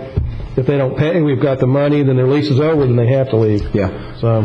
Yes. Mr. Chairman, Michael Zito, Assistant County Administrator. So to clarify, that the amount of rent is fixed at the time of the closing. An agreed upon rate, yes. The decision whether to renew is an administrative function based upon the proximity of the road project and whether it fits the criteria. A part of it, yes. And then no, actually, the ability to renew is not based on that at all. I mean, that's based on, because there is no renewal if that's coming. So there's no decision there. Right, in other words, but that would be an administrative decision that would not reach the board. Right. And then, if, of course, the administrative decision is made, that legal prepares the document and it's blessed by the commission under consent agenda. Exactly, yes. And again, I believe we're talking about, security of some kind. And that's only if they opt for the 6-month additional at market rate. If they don't, we don't withhold it and they're out in a year or however are we clear on that? And I know that adds another paragraph or two to a legal contract, but that's it's only one of 1,700 in the, so. We're fine. Okay. All right, any other questions or comments then, Commissioners? Y'all stay clear on the changes? Okay, I'll entertain a motion. Do you guys need to bring this back for a final vote, or just you're good with what we got? Roll the strike throughs? We would adopt the policy as amended by the board in today's discussion. So moved. Second. Any discussion? All those in favor? Aye. All opposed? Motion passes unanimously with the changes. Thank you, gentlemen. Okay, now then, we are... A little ahead of schedule. Yes, we are. 11 o'clock. Okay, well, we'll just keep going then.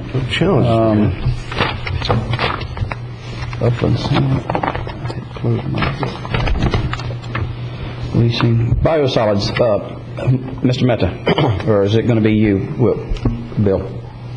We have the biosolids dewatering facility. Mr. Chairman, I move staff recommendation on item 12J1. Okay. Got a motion to approve. Any discussion? Seeing none, all those in favor say aye. Aye. All opposed, nay. Motion passes unanimously. County Attorney's matters was the special time, so we'll go on down to clarification on the Bethel Brown Stanbridge, 66th Avenue right-of-way. Morning, Commissioners. Bill DeBrawl on behalf of the County Attorney's Office. At last week's Commission meeting, the Commission asked for clarification as to the negotiations with Bethel, Stanbridge, and Brown. Attached to the memo, you'll see the letter of March 26th that I referenced, as well as the emails referenced in the discussion last week. If you have any questions, I'd be happy to answer them. No, did you need action on that? No, sir. No, okay. Next, County Attorney, yes. I thought when we voted last week, we only moved forward on the stipulation of 7 of the 10 property owners and did not take action on the stipulation of these 3. That's correct. It's my understanding that they don't want to participate in the stipulation. Okay. That they're out of it. That may change or it may not change. I'm not sure. Okay. Well, Mr. Chairman, if I may, while on the subject, I think going forward, when we are in litigation with anybody, to be debating their case on the dais and the podium like we did last week, I think is improper. Once we've been in litigation and we have our outside counsel and the residents have their counsel, it really should be, it's just like we're doing with DeVosta. We're not sitting here with the DeVosta guys arguing points of the case. We let our attorney do that. Now we're meeting in the shade session to see what he recommends, and then we go back to him. And I think to debate a legal case on a dais like this is not appropriate action. And I concur, and keep in mind, that was, the cases were just filed, and so I think that was kind of the culmination of two things. One, the cases being filed, and then a stipulation coming right after that they were just about together, but not quite. And I agree with what you're saying. And Bill, I know you try to do this in the public so everybody's on board, but really it's not good policy to be in litigation and debating the case in this situation. Thank you, Commissioner. Item C. Next, what we have today is resolutions of necessity for several parcels of real estate. The Abbazis family owns, I think, 4 parcels of real estate that are located at 57th and 66th. If you take a look at the monitor,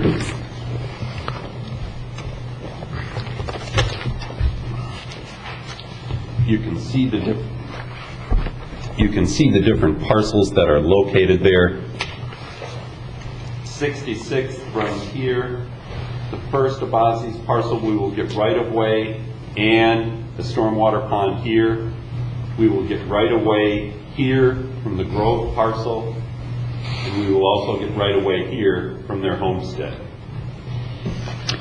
Need a motion, Commissioners? Are there any questions? Let me explain. I think it'd be best for the record. Okay. The first 2 parcels that we're talking about today are the stormwater parcels. There is the stormwater and also the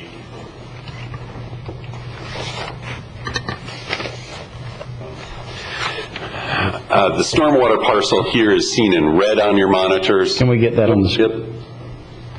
Thank you, Adam. Mr. Miller, can you come up help him run, if he's got something to throw back and forth? Are you good? I'm okay. Okay. From here. You can see the stormwater parcel that's located here in red. The right-of-way is all along here. We're going to be acquiring a quarter-mile of right-of-way here at 57th and 66th. And if we recall, we have an agreement with the school district to go ahead and build that bridge located there to the new Storm Grove Middle. There are 2 parcels of right-of-way here. We're required by law to pass separate resolutions for each parcel. So I would ask the chairman to entertain a motion to approve the resolution of necessity for parcel 102. That would be the right-of-way parcel, and then a separate motion to approve the 401 pond parcel. Okay. Any questions? Commissioners? Mr. Chairman, move resolution of necessity for parcel 102. Got a motion, and I'll second. And still got a motion from Commissioner O'Brien, second from Commissioner Flesher. Any discussion? All those in favor say aye. Aye. All opposed, nay. Motion passes unanimously on parcel 401. Mr. Chairman, move recommendation of resolution of necessity for parcel 401. Second. We got a motion from Commissioner O'Brien, second from me. Any discussion? All those in favor say aye. Aye. All opposed, nay. Motion passes unanimously. Mr. Cabral, item D. Thank you. The next one is parcel 134. That's the non-homestead parcel. You take a look at your monitors. What you see there is a small, about 3/10 of an acre take of right-of-way. It's now in Grove that's in a little bit downtrodden condition. The parent parcel is 9.8 acres. As I said, the take is .381. There are no structures involved in this. We have made an unconditional offer of $28,060 with an appraised value of $24,400. Again, all of the parcels here today are part of the stipulation that we discussed last week. Okay. Mr. Chairman, move approval of resolution necessity for parcel 134. And second. Got a motion from Commissioner O'Brien, second from Commissioner Flesher. If there's no discussion, we'll proceed to vote. All those in favor signify by saying aye. Aye. All opposed, nay. Motion passes unanimously. Commissioner DeBrawl, item E. Thank you. The last Abazi's parcel is located there. This is their homestead parcel. As you can see, it's another 9.8 acre parcel. Again, we need 0.381 acres of property. The structures, there are no structures involved in this take at all. The only things that are in the area of take would be some fencing and a driveway. Previously, we've offered $44,200 in an unconditional offer to the Abazi's. Again, this parcel 135 is part of the stipulation. Okay, Commissioners, parcel 135. Mr. Chairman, move approval of the resolution of necessity for parcel 135. I'll second that. We've got a motion from Commissioner O'Brien and a second by me to a resolution of take for number 135. If there's no discussion, we'll proceed to vote. All those in favor signify by saying aye. Aye. All opposed, nay. Motion passes unanimously. Item F, Mr. DeBraw. Item F is the Harbert parcel. This is a 9.33 acre parcel of property. It sits at the corner of 37th and 66th Avenue. Again, this is an acquisition of almost a quarter of a mile. With all of the takes that we're looking at under today's consideration, under today's agendas matters, we're picking up better than a half mile of right-of-way, which is moving along at a good clip. This is an important parcel of right-of-way as it provides for a long stretch of right-of-way between 26th and 33rd. And 37th, I should say, that will bring us to the completion of right-of-way acquisition for that stretch. The take involved here is 3.08 acres. We have offered unconditionally to purchase the right-of-way for $314,870. This is the homestead of the Harberts, and there are no structures on this property. There is some citrus on the southern part. I think we're going to be about 3 or 4 rows into the citrus. I do not know whether through the negotiations they want to maintain a lease on the citrus to be able to harvest. That would be something that we'd bring back to the board and discuss at a later time. There's no structure on the property that we're purchasing, but there is structure on the property, the parent parcel. Correct. That's their homestead there at the top south part of the property. Okay. Mr. Chairman, move approval of the resolution of necessity for parcel 122. I got a motion from Commissioner O'Brien, second from Commissioner Flesher for parcel 122. If there's no discussion, we'll proceed to vote. All those in favor say aye. Aye. All opposed, nay. Motion passes unanimously. Thank you very much, Mr. DeBraw. Commissioners, we have the item that I added on there, and I regret having y'all sit there this long through all this exciting stuff. Mr. Meckling. You might have had some input. There you go. This was, we've got staff recommendation on it. This was just something that the check did not arrive until Thursday morning. Obviously, you've got to have things ready for Wednesday at noon. The check is in, staff's got a recommendation, and Chuck Meckling is good with staff's recommendation. It was sensitive because it would have involved pulling a line of credit that we needed to get taken care of. So, move staff recommendation. Got a second motion to approve staff recommendation from Commissioner Flesher and a second from me. Commissioners, any questions? If not, all those in favor signify by saying aye. Aye. All opposed, nay. Motion passes unanimously. Thank you very much, Mr. Meckling. Commissioner Solari. Thank you, Mr. Chairman.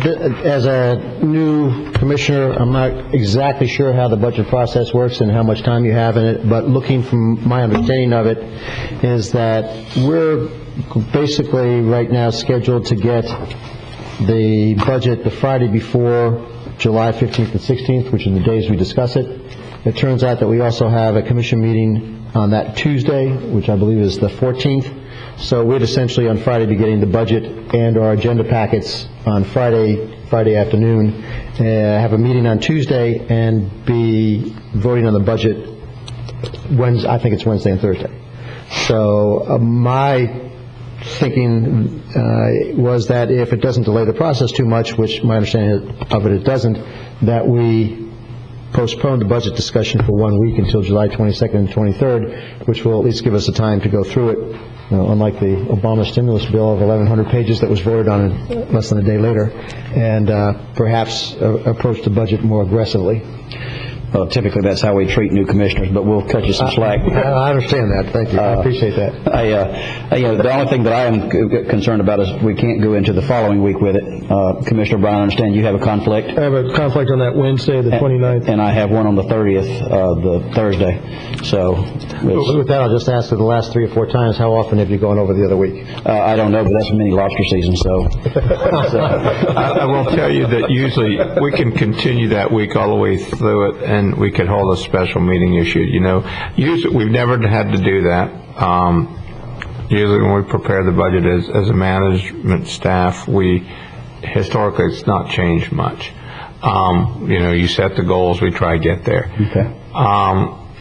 We think this year it might be good to move it back a week. Now, by the Florida statute, I have to deliver it to you no later than the 15th enemy by law. It has to be given to the commissioners by July 15th. Yeah, he doesn't have a problem with that. He just wants the amount of time to go through it. I still like it the original date given to us. Yeah, if I have to, I may have to go that Monday, but you'll have till the 22nd, so you have 10 days. If I don't get it to you on that Friday, I hope you'll be understanding, and we'll try to get it for that Monday.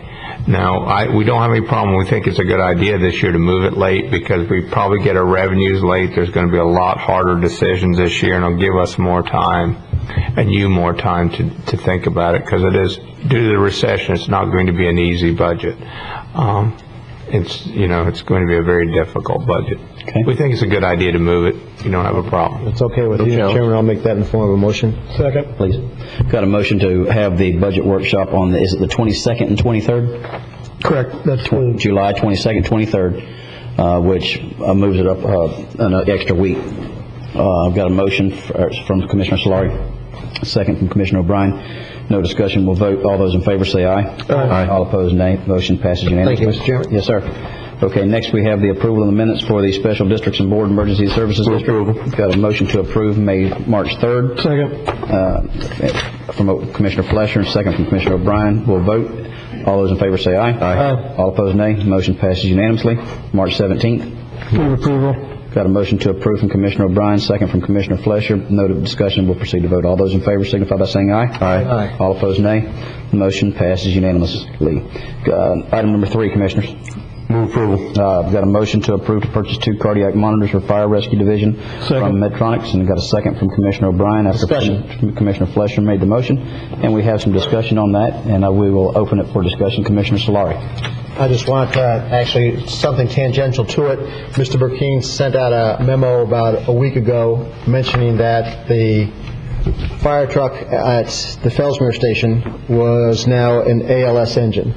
And it turned out I was having lunch with a gentleman up at Fran's Restaurant. Marsh Landing. And after lunch we took the time to look at the ALS engine and all that went along with it. Mm-hmm. And I was just surprised at all that went along with it.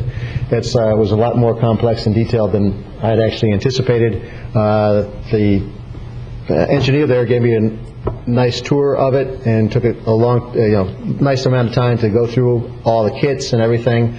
And it also shows you that the training of these gentlemen is often a lot more than we might expect. I mean, in the TV shows, I guess you always see the guys with the 2 paddles going snap, mm-hmm. But there must have been literally hundreds of different items and dozens, I'd say, of medicines, and I'm going to guess that these guys have to be trained to know which medicine to apply at the right time.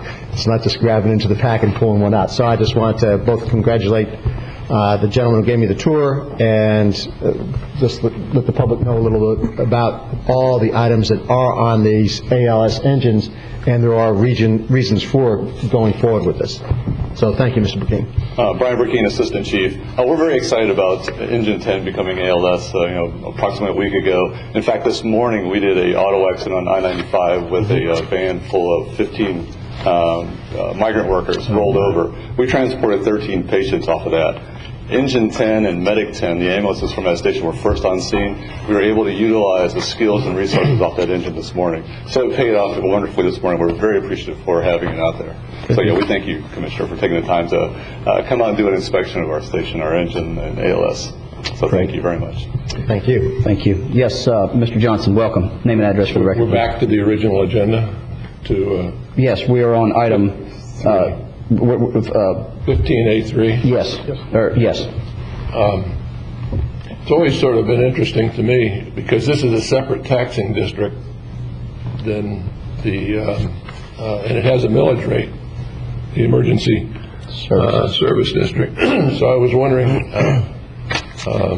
at what point do we know whether our taxes are going to be increased by the this taxing district? It will be actually, what happens is, at also the same time, that's why we have the budget hearings. We just voted on that, and that will occur. The real decision will be made at that date on the July 22nd and 23rd, just like every taxing budget and every other budget included. Now, the board has set the goal for staff not to have tax increases, and we're going to make every attempt to do that. They said to make every attempt to do that, and that's what we're attempting. How do you distinguish whether this should be a staff-funded item versus a taxing district?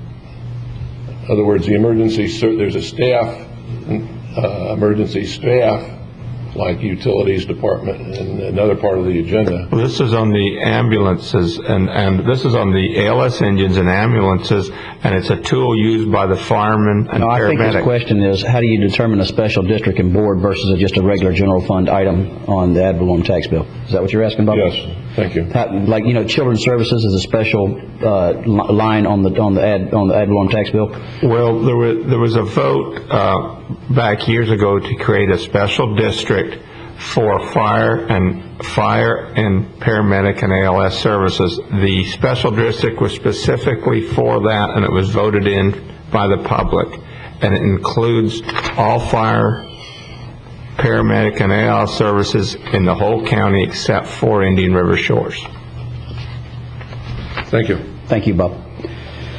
Okay, commissioners, solid waste disposal. Thank you, Brian. All those in favor? Aye. All opposed, nay.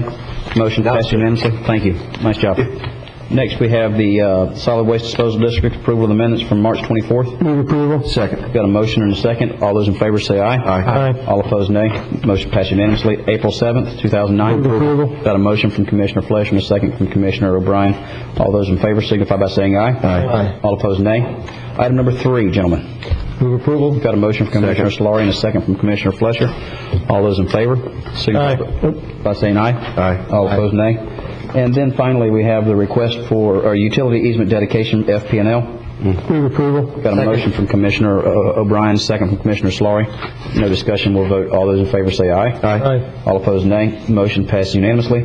And then finally, request for acquisition of 80.94 acres west of I-95, memorandum dated May 5th, 2009.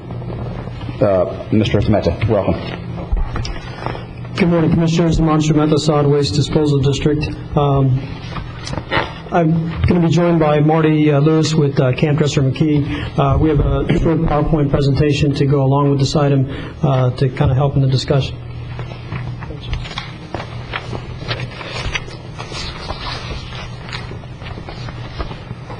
Welcome, Mr. Green. Give your name and address for the record, please.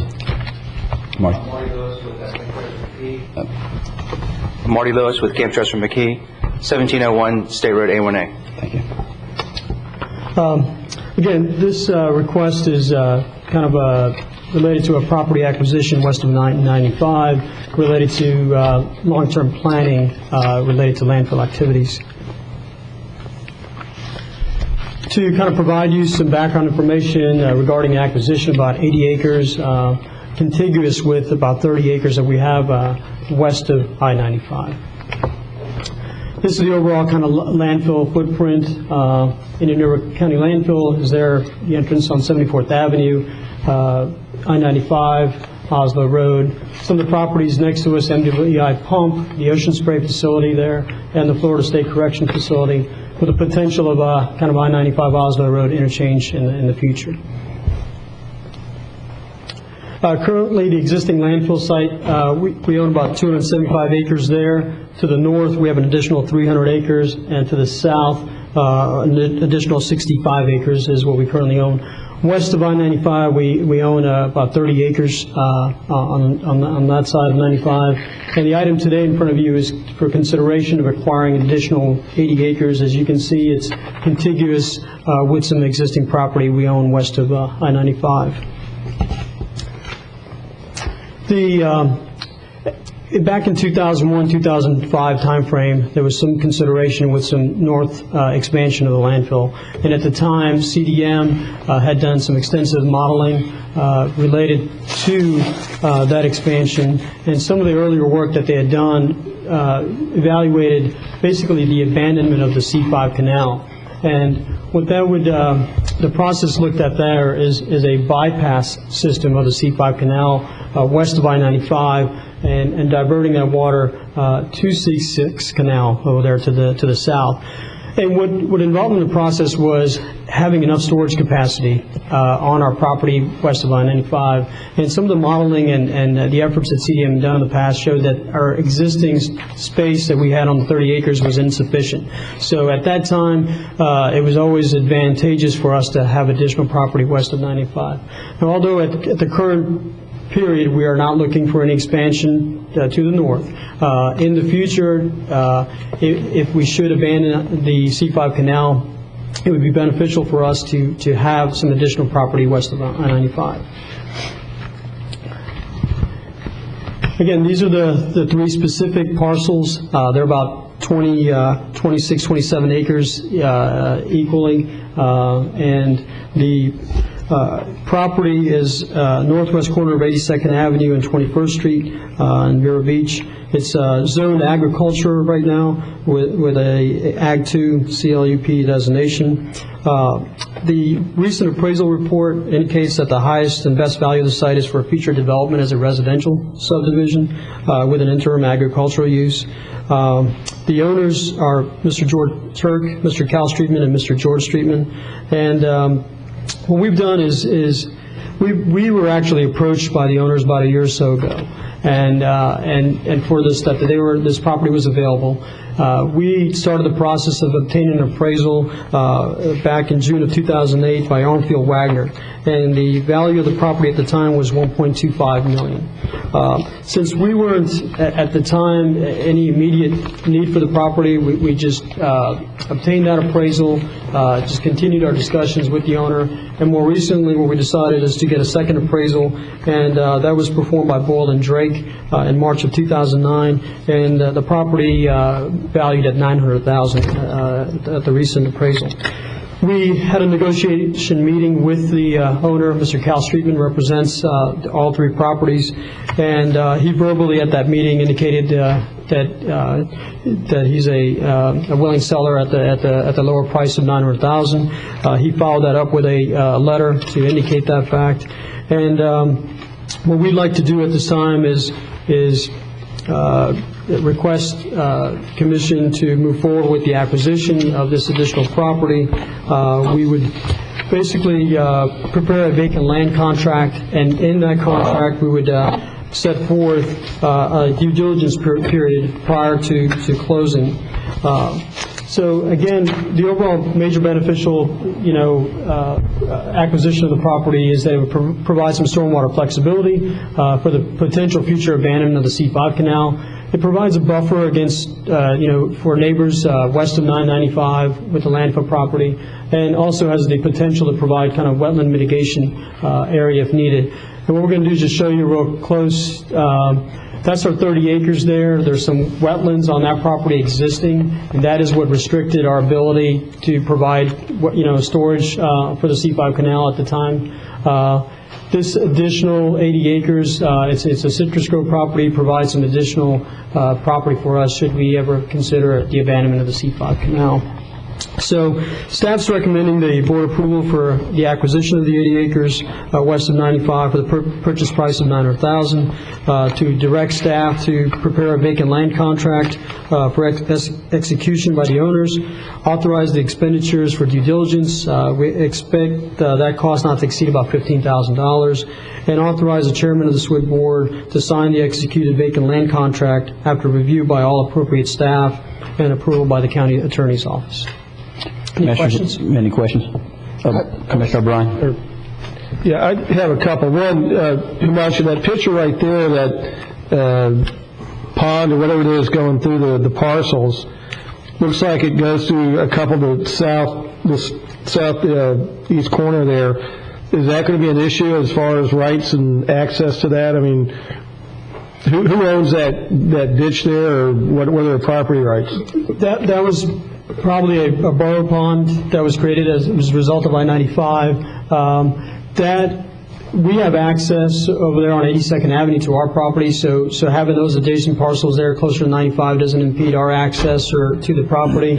Also, in terms of that pond, and also there's an FPL easement along the property as well, will not impede with our efforts in terms of design or modeling on our 80 acres related to the abandonment of the C5 canal. So I don't expect that stormwater tract there and the FPL easement to have any... Well, I guess my concern is there clear easement and ownership of the parcel of that borrow pit that's in the 3 parcels we're looking to buy, and that the other property owners won't have some claim to the water rights or, some funky thing like that? I mean, are we going to get clear title and that water issue, is that clearly separated? We can make sure we make sure we do that upon the title search and closing. We'll make sure. If not, we'll bring it back to you. Okay. And then my other concern is on the appraisals, the highest and best use for the site is future development of residential subdivision. When they came up with that $900,000, was that a present value price, or is that the future value as a residential subdivision? Because if it's a future value, we need to back that thing down to current value, because outside the urban service area and the way things are going, it could be 30 years before that becomes a residential subdivision. So how, in that appraisal, are we paying highest and best use for something that might not happen for 30 years? I think we need to back that down to a current value. Sure. They took the approach of looking at recent sales in the area. Back in the June 2008 appraisal report, they were looking at comparable sales of other properties in the area, west of 95, east of 95, outside the urban service area line. And at that time, it was in the range of maybe $14,000, $15,000 an acre. This recent appraisal is also looking at some recent sales as of early as, I think, in January 2009, around that area, and the values come down about $11,000 an acre.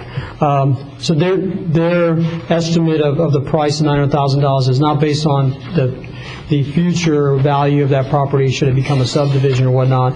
They are basing it on recent sales around that site at this time. Okay, and Chairman Davis, I know you've had an auction out there. Is that right around on the price range? Yes, sir, right on. And whenever they say subdivision, that doesn't preclude it from being an agriculture or a 10-acre subdivision, and that's right in the market right now with what those things are commanding. I'll go with your professional opinion. Thank you.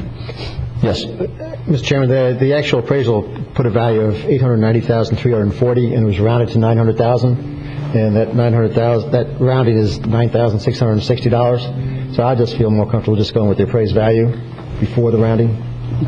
Okay. Commissioner Fletcher, any question? No, is that Commissioner Solari's motion? And if that's the case, I'll make it to go ahead with that as a motion for that purchase price of $890,340. Second that. Coming out of solid waste disposal district funds. Okay. Absolutely, Bob. Come on up. Any other questions about that, Commissioner? We could use that $9,000, couldn't we? Certainly.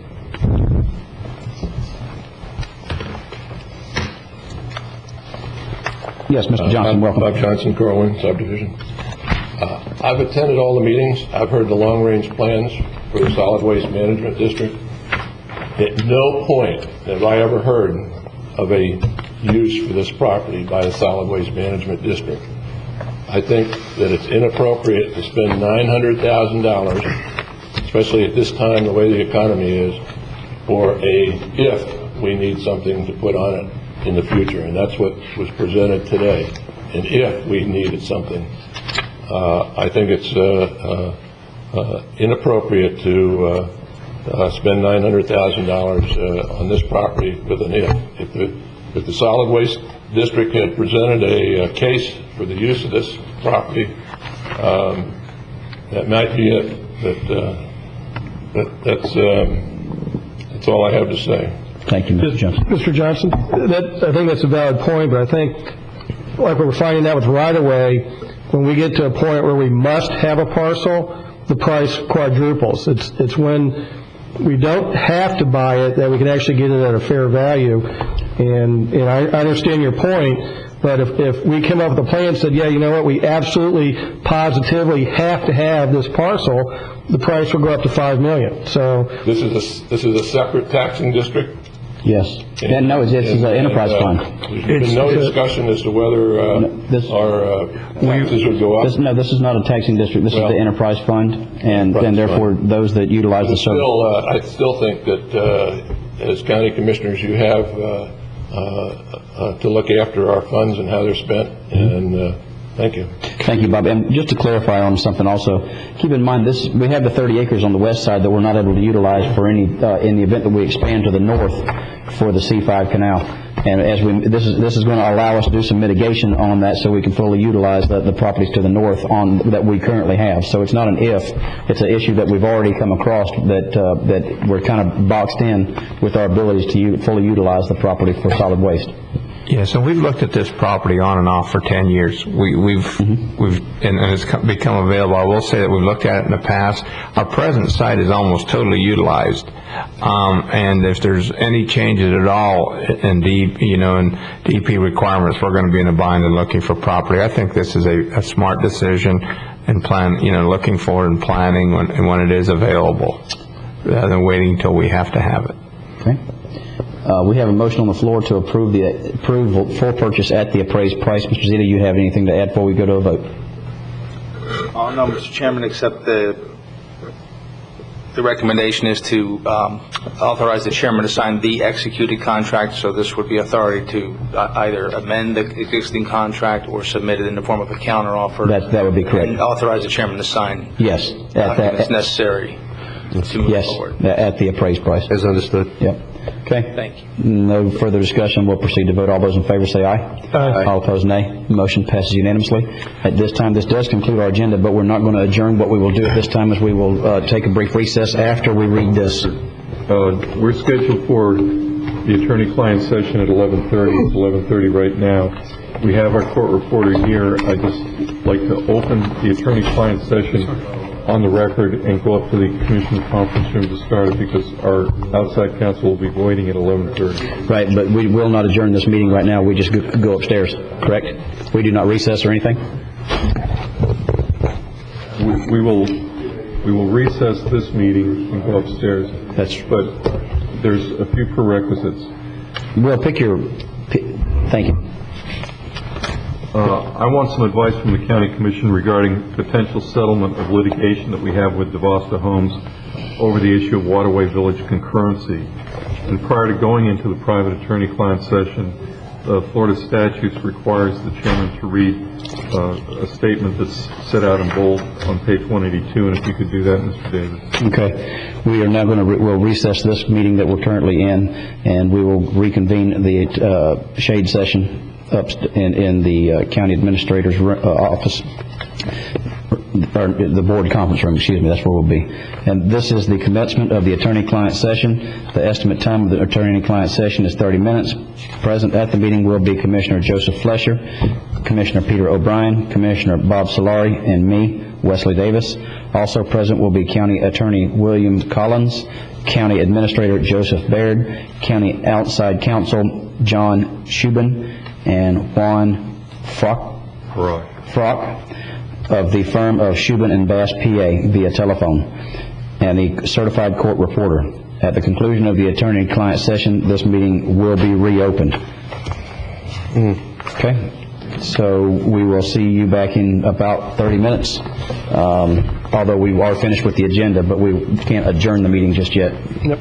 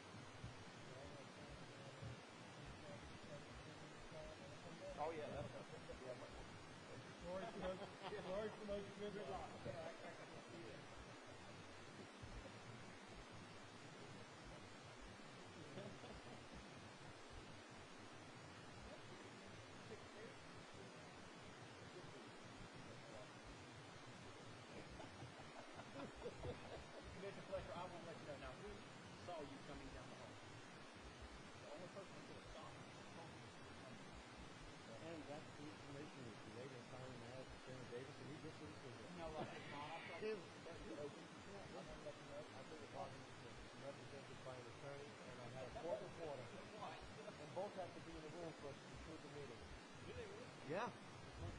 He's got to be brought back in, and you are the attorney. Then you have a little section. All right. Meeting will come back to order. The attorney-client session is over. The attorney-client session is now terminated, and our meeting is now resumed. Move to adjourn. And we've got a motion to adjourn. We've got a motion from Commissioner O'Brien, second from Commissioner Flesher. If there's no further discussion, we'll proceed to vote. All those in favor signify by saying aye. Aye. All opposed, nay. The motion passes unanimously. I now declare this meeting adjourned.